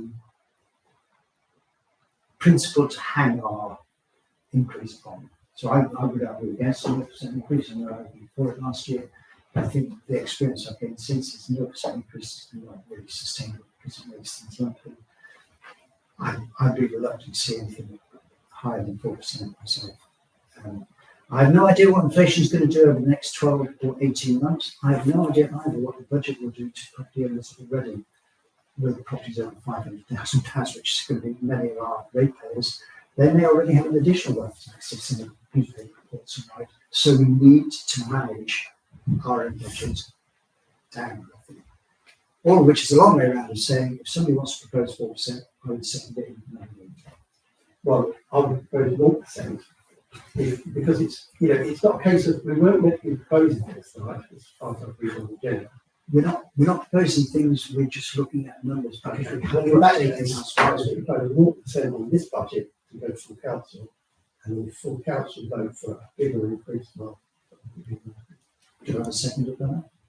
Well, I'll second it in a minute. Paul, could we just make the magic happen on the spreadsheet? If you put a 0% precept in, what does that make? The big gap. Or Excel exploded to try and ask what such a large number. And then we'll put in what we said we're going to spend.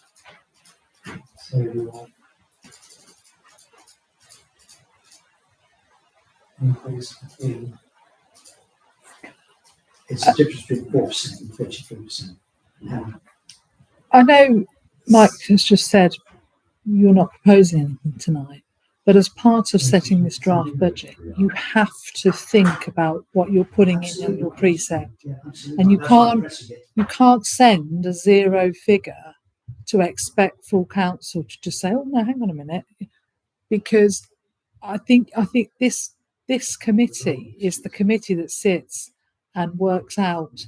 If you're not working out exactly how you think you're going to increase it, why you think full council are going to do it, and then you could end up with a budget that's really not right. I think the principle has to be, the council has to approve it. This committee would be dereliction of duty to do the recommendation. We're not, I think, I don't know if others agree with this, I think we're not today in a position to say we're prepared to recommend, because I think there's still some work to do. There is definitely still some work, yeah. So I'm not proposing we recommend to council next Tuesday, I'm proposing we update council next Tuesday. And part of that update will be, here's what we think we might spend, here's what we're budgeting, we might not spend it, I repeat, budget is not a target, it's a limit, and it won't get spent unless approved. But accepting that, that's expenditure, income, plus preset, plus transfer reserves is how we make that budget balance. We have to go to council and say, this is along the lines that we're thinking. And so to do that, I think we have to have in there to increase our percent. The proposal is 0%, which may or may not be accepted. I would propose a minute at the minute. But I think we have to do something. Yeah. But in terms of what we're doing for taking up Emma's point, what we're doing here is proposing a budget to full council, are we not? We're not proposing a budget, we're updating council. Well, Or right. might be. Next month will be. Next month will be Yeah, proposed. okay, sorry, I'm just getting trying to get the words right. So in that updating, can there not be options where we say, if we increased to 4%, it would mean this. If we went to 2%, it would mean this. And if we went to 0%, it would mean that. I have no objection to that principle. Somebody else does because we can then say, here are the options. Yeah. So we could do that. Might proposing 0%. So I'm happy to go with that. Okay. So do we do it at 0, 2 and 4? Yeah. Are we happy that we do that? Absolutely. I'd still be looking for a potentially higher bit. Because I still think if you look at what that transfer is going to look like, it's really different. Yeah, and I don't know if this is right. I am conscious of time. I don't hear any support for that proposal. So I think as a committee, if the proposal is we put in 0, 2 and 4 as part of our update to the council next Tuesday, if our update to council next Tuesday, if council say actually we ought to be doing about more than that, then when it comes back to energy, we will make that change. But I'm not hearing any, I mean, unless others disagree, I'm not hearing any outside. It might be interesting if we're putting all the food on the table Okay, to see what an 8% preset rise would look like. I okay, don't think there'll be any extra, but it might be interesting to put it. okay, we can do that, James. So it's just the practicalities of how do we give everybody all the options. I don't think giving them a spreadsheet with lots of columns. So ultimately, we do have to decide what will the one spreadsheet that they open and look at show them. Where is it going to be the 0? Is it going to be the 3.8? Is it going to be the 8? Agreeing that whilst they look at that one that says 0%, we're going to say, and if we increased it by 3.8, then you're taking £20,000 off the transfer and explaining the options, but which one option are we actually going to put in the spreadsheet that they The look way at? I see it is we say, here's a recommended budget, here's how much we transfer from reserves. If we have that's a preset, here's how much we transfer. That was a preset, here's how much we transfer. That was a preset. So the whole budget, the income and expenditure above that remains. The figures below it, it's just, this is it, and these are the alternatives. Exactly. So 0, 2, 4 and 8. 0, 2, 4 and 8, I'll take Emma's question, and then I'm going to have to propose we extend this meeting. I was just going to say, taking that to full council, is it worth doing it with just the summary I think we have to do rather than the whole figures? Because I think that would be easier. Obviously, if anybody questions where are all the figures, then I can have one. I think what we do is have a summary, Mm. but I think below that, and then we have the kind of options below Yeah. that, but I think below that, we also say, here are the big ticket items. If I was a councillor and haven't been party to this debate, I go, why has it gone up by 260,000? I just want to see where that We is. say, with people bands, we're not debating whether we're spending that money tonight, we're debating only, is it 0, 2, 4, or 8?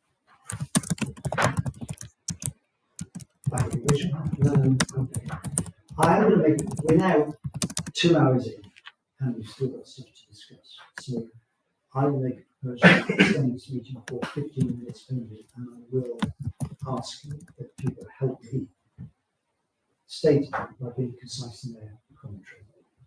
I'll second it. So, can we all vote for extending this meeting for 15 minutes? Are there any other comments on the budget itself? We're asking Paul to go with Max. We're asking Paul to work with Max and back the trees. We're asking Paul then to provide a summary, which I'm happy to look at, and anybody else happy to look at tomorrow to say, that looks okay. Here's a summary. Here's a summary. Here's the deficit, which we're going to read partly by precept at 4%, partly for reserves, but if we did 4%, 2%,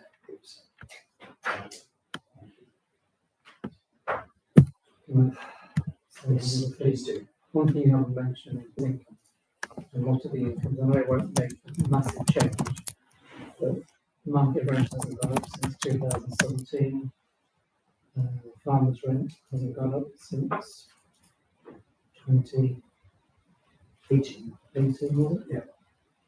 There are a number of things that you've already identified. I've talked to Max about these. The courthouse rent hasn't gone up since 2018. It's less than half commercial rents.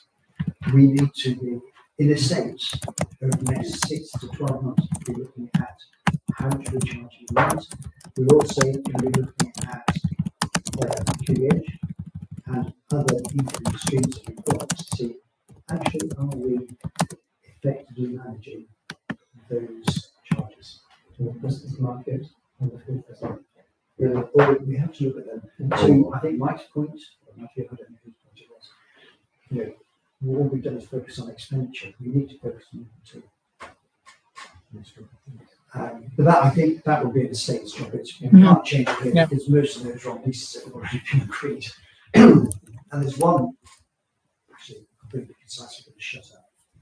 If there are no more questions on the budget. So, David, just a very quickie, but of course, at the human resources meeting, we made a decision which was going to have an application in terms of slightly increased staffing cost. Yes, we built in. So that We have, but also, as you will have seen on this spreadsheet, there's been quite a big reduction in one of the members of staff. there has, but does that, is that going to be offset by the decision or the recommendation? If Discuss it now. yeah, I'll speak to Paul, but it's literally not going to. It's only going to change it with the £500-600 this year. Okay, so it's- Yes. Wonderful. Bit of work to you to do, you guys to do. I'm happy to look at what somebody looks like, see if it kind of matches what I think we should be sending to council on first. Well, thank you for your time and your patience. It's been an interesting debate with multiple publicity of views. I want to move on then, if we can, to 25-1303. Consider separating repairs and maintenance budget items, which I think will come out of not this budget, but subsequent work in terms of working with Max and separating those budgets out, but not increasing the budget number. So you've seen the paper. Any questions? Any thoughts? Any comments? My concern is just, I agree with the principle, and if you remember, some of this goes down to the work that I did in trying to define what I call steady state and outliers occurring whenever they occur. The thing is, outliers isn't just repairs. Repairs covers a lot of it, but not all of it. So I agree with the principle, I just wonder whether repair is the right word. It may be different word. What I'm trying to do I is can't think of an alternative. It's not very helpful. So in that case, we can't go with that, but if we spend on operations, service either repairs or maintenance or capex, so separating those out allows us to control, in my view, control expenditure much better. Whether you call it repairs or Max's slush fund is less relevant. James. So, apologies for setting out the white is broken down on the insect. Should you be here? So repairs would come out of OPEX. Maintenance, so servicing a van, servicing the tractor, Still next.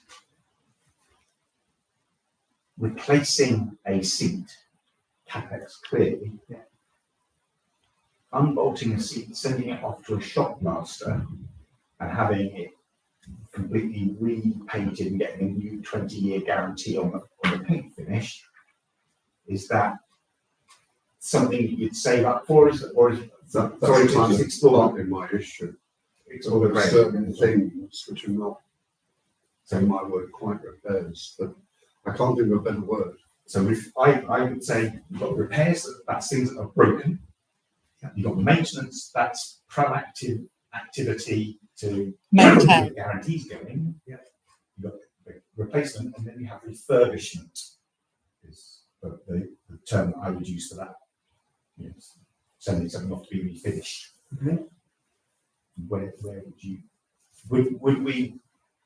So you wouldn't accrue for either of the first two things. You wouldn't. Would you accrue for refurbishment? What I tried to do in here, under 1C, is say both repairs and maintenance are different from investment, which is defined as a cost which improves the asset to extend its existing lifespan, or replaceable entirely, and it's not taken in this paper. So if you said to me, we're going to unlock this seat, send it to the shop master, and we've got another 20 years, that to me is capex. That's something that's in reserves or not to be replaced in 20 years' time. If you have to clean the thing in the meantime, or the leg breaks, that's a repair. Well, Actually, if the leg breaks, it's a repair. If we clean it, it should be maintenance. Yes. But separating those out gives us a better chance of saying we're overspending on repairs, or we haven't properly assimilated how much maintenance these things need. So next year, there's a different maintenance figure in there. And it's really about good project management. I'm vaguely agnostic about the whole thing, but I don't quite understand in my brain how it's going to appear on next year's budget sheet when we have the same conversation. Will there just be one line for repairs across the council and one for maintenance, or will there be all the same lines there are now, plus two more? For me, the way that I would do it, I had to have a practical discussion with Paul, where you've got at the moment repairs and maintenance as a budget line. I would make that a repairs line and the next line a maintenance line. And so when we're looking back in history, we can say 5 years ago we spent this much on the two, this year we're spending this much on the separate. But that's still not the overall figure, is it? Well, so That's the bit I can't it's a good understand. question. Sorry? That's the bit I can't understand. So for me, There's good always diseases and some. the next, and whether we abandon all of that other stuff and just create two lines below, I think it would be much easier to manage repairs and maintenance if we had a global figure. Simply because there are some areas where we have to spend stuff because it's broken, and other areas where we don't have to spend stuff because it hasn't broken. And rather than come back to the council, as we should be doing, and saying, we've overspent this budget by this much, we've overspent this budget by this much, can we transfer the budget, which is what I think we ought to be doing, but we're not. We just say to Emma, here's a number for repairs, or Lisa, here's a number for repairs. If it looks like we're starting to overspend that, you need to come back to the council to say, can I have some more money? But rather than say, rather that as a global figure, then we've got this much to repair that car park, this much to repair this car park, this much to repair that stone bench, this much to repair the toilets. It's just a level of detail that we as councillors, I think, need not get involved. Otherwise, we're managing the operations, and that's not our job, it's everything's job. Still don't understand. I understand the idea. I don't understand how it appears in the budget and how it makes it. Because my understanding is the new financial regulations being required for the budget. But if there is a line for churchyard repairs and churchyard maintenance, we can't overstep those limits, even if there's a global number somewhere else. So it almost feels like it's one thing or the other. But Is that right? If we said in our budget, here's a line for repairs, that's in our budget, that's what's been agreed by this council. There's a line for repairs, it's £40,000. It's not 40 separate line items for £1,000 each. If we spend 1,010, we have to come back to the council and say, we're overspending this budget, can we have some money? Yeah, so in the budget sheet next year, there'll just be 2 lines, not one for each item. Yes. So whereas at the moment a line says repairs and maintenance, there'll be 2 lines and a global figure for all repairs, a global figure for all maintenance. That's the proposal. To make it easier for Lisa and Emma to manage the repairs, and easier for a state to say, are we overspending on our repairs budget or not? As opposed to, are we overspending on that particular budget? Yes. Are we overspending on this particular budget? No. And if you look at the appendix to this, for example, actual to October, repairs and maintenance spent £101,000. Budget to March, £107,000. We're already overspending. Some of that has come back to council, but the overspending individual budgets hasn't. It is. So, for example, the Drill Hall car park did come back to budget. I think it's come back to council. I think we said. But if we look at community safety, was there a council decision that we could spend £869 against a budget of 500? I think there was. It was to do with CCTV and things. Yeah, the actual camera. And it's funny, I've been through the minutes because you raised the point in the States about the solar panels, and I found the approval in March. So there's a lot of it, isn't it? Lisa asked me to look into 4 things that were raised at estates, and every one of them came back to full council Yeah. for an approval and for an increase in the budget. But what are the minutes? Yeah, I checked all the minutes and with the dates as well. Okay, well, in that case, I'll take it out and just carry on doing what we do. Well, If that's the preference of council. I don't know about that. You've got, is this a proposal? It was a That's proposal. why I agree with that proposal, as it is, as it sounds. So if you want to put that proposal to vote. Can I just go back to the nitty-gritty boring question? We have this meeting next year. We agree line by line all the repairs and the maintenance. Do we then say that estates has carte blanche to spend? No, No, it can't. Just the global figure, not the individual item. no, because there's rules about spending which we have to go through. So if it No, doesn't, I understand that. My point is, if we're not allowed to go over budget on an item, it falls, but there's a budget for repairs to churchyard seats of £100, and we say, well, we've got £200 in from the global pot, are we effectively needing to approve that somewhere else before we make it live? personally, I don't think it's an issue. I think it's much better to let the staff manage the budget that the council has set, and for the councillors to have a roar about expenditure which we have. So as long as if Emma and the team spend money within the rules that have been set, then it's up to them how they spend it. And the simpler we make that, the better. James. May I have an attempt to explain what I think you're explaining and hope that Ian it works with. So currently we break it out by location but as R&M. The proposal is, I believe, to have it as R and M, but for one line for all the locations. Mm. So Yeah. the repairs will have one line in it, which will total the amount that we, in our heads, think that we need to put aside for all the locations. Okay, so just going back to the first example, John, you said you were going to have a repair and maintenance line for whatever was on the screen at the time. That's not the case. It's just one global thing. It is one global. So I picked on that as an example of a line that says R&M. So in my we have one line saying repairs, one line saying maintenance. I would be encouraging states to say, okay, for each item, if I'm going to propose for estates a repair budget in 27-28 of £40,000, I would hope that the states don't come to this meeting and say that £40,000 is just a guess overall. I would hope they'd come back and say, I'm expecting these individual amounts on these individual areas, but the total that we agree goes in that budget.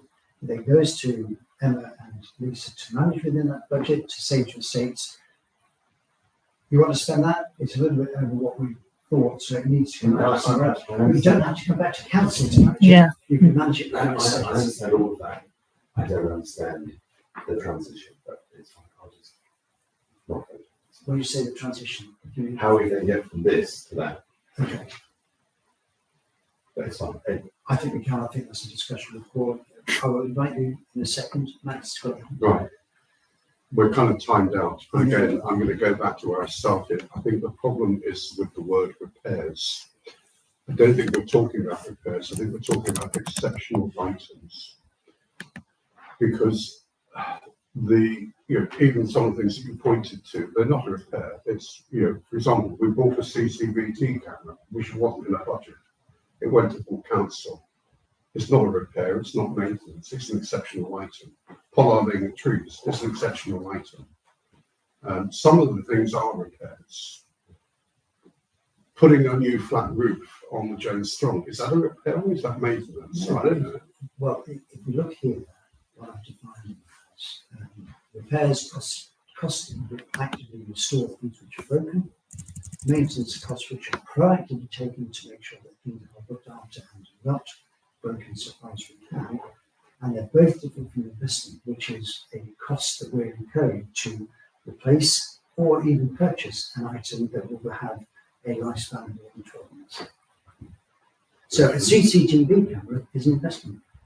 Okay. So, so is that not another line? Is that now maintenance, repairs and investment? I'm just not clear. I think it's a proposal repairs and maintenance. Capital is dealt with, I think. We've focused on that. Talk out how we deal with capital expenditure. I think this is just been split about repairs and maintenance. Is that correct? It's just about repairs and maintenance. In my mind, if we agree to buy something which is a capital investment, like the lift, it's not a repair, it's not maintenance, but it's a spend that we include in the budget. And you've got within your budgets those spends. Okay. We'll have to create a line for it because it's an investment. Should we bring it back to the next? Yeah. It's a bit late. Yeah. I'll put some second, a few minutes ago, I'll withdraw it and we'll have the conversation. The one thing we can't decline, we need to have a conversation, so I will take a view. Item 251304, do we want to fund the Citizens Advice Bureau here for another year? There's no cost on this thing. This is just their report of how they've done so far. Yeah. So it's for you to bear in mind. It's for you to bear in mind because it's 10,000 some odd that we paid last year. I can't remember exactly how much it was. Is it in that budget you just put up? Yeah. Mm. It's not an application for money, it's just No, but it's to show you what they're doing. So when you're looking at this budget and it's in that line, you'll think, So I'll be asked to fund it, so I misunderstood that. So we received the report.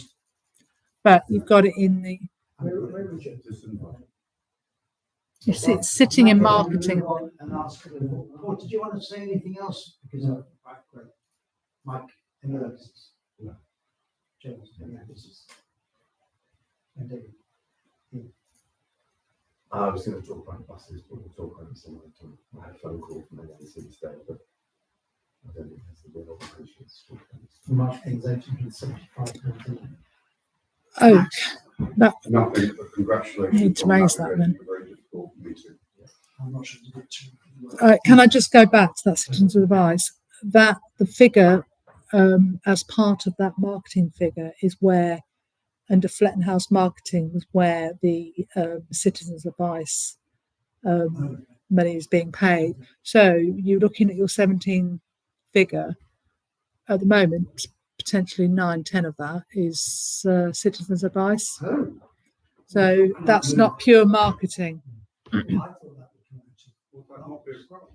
Well, I think we just add a line to the grants budget for CAD, put whatever figure in there we're working from, and reduce the marketing budget accordingly. Can you do that? It's nonsense to talk about that as being marketing. That's how it's currently appearing. I think it's a grants budget. I thought it's kind of like a grants budget. And then not- So if that goes out of the grants budget, we bear in mind with a grant budget of whatever we've got that we're going to take 10,000 out for. That's if you're happy for it to go ahead, continue. But we'll talk about We can't that. make a decision, we can put it in the budget, and then that decision will be made when the applications received. When is that? Well, I'll tell him to get one ready for December, full council, December Which will be finance. spent in this budget, not next budget. Although I suspect if it's in this budget, they'll put it next one. So, thank you for your time, thank you for your patience, and it was a tough meeting, so I'm not sure somebody did quite well, because we did this several times, but thank you for all the support, and there's some work to be done. And it might be that we have to have another extraordinary meeting in GP before we make a final recommendation to council. So, but I think I've got enough to update and get opinions next Tuesday. So thank you very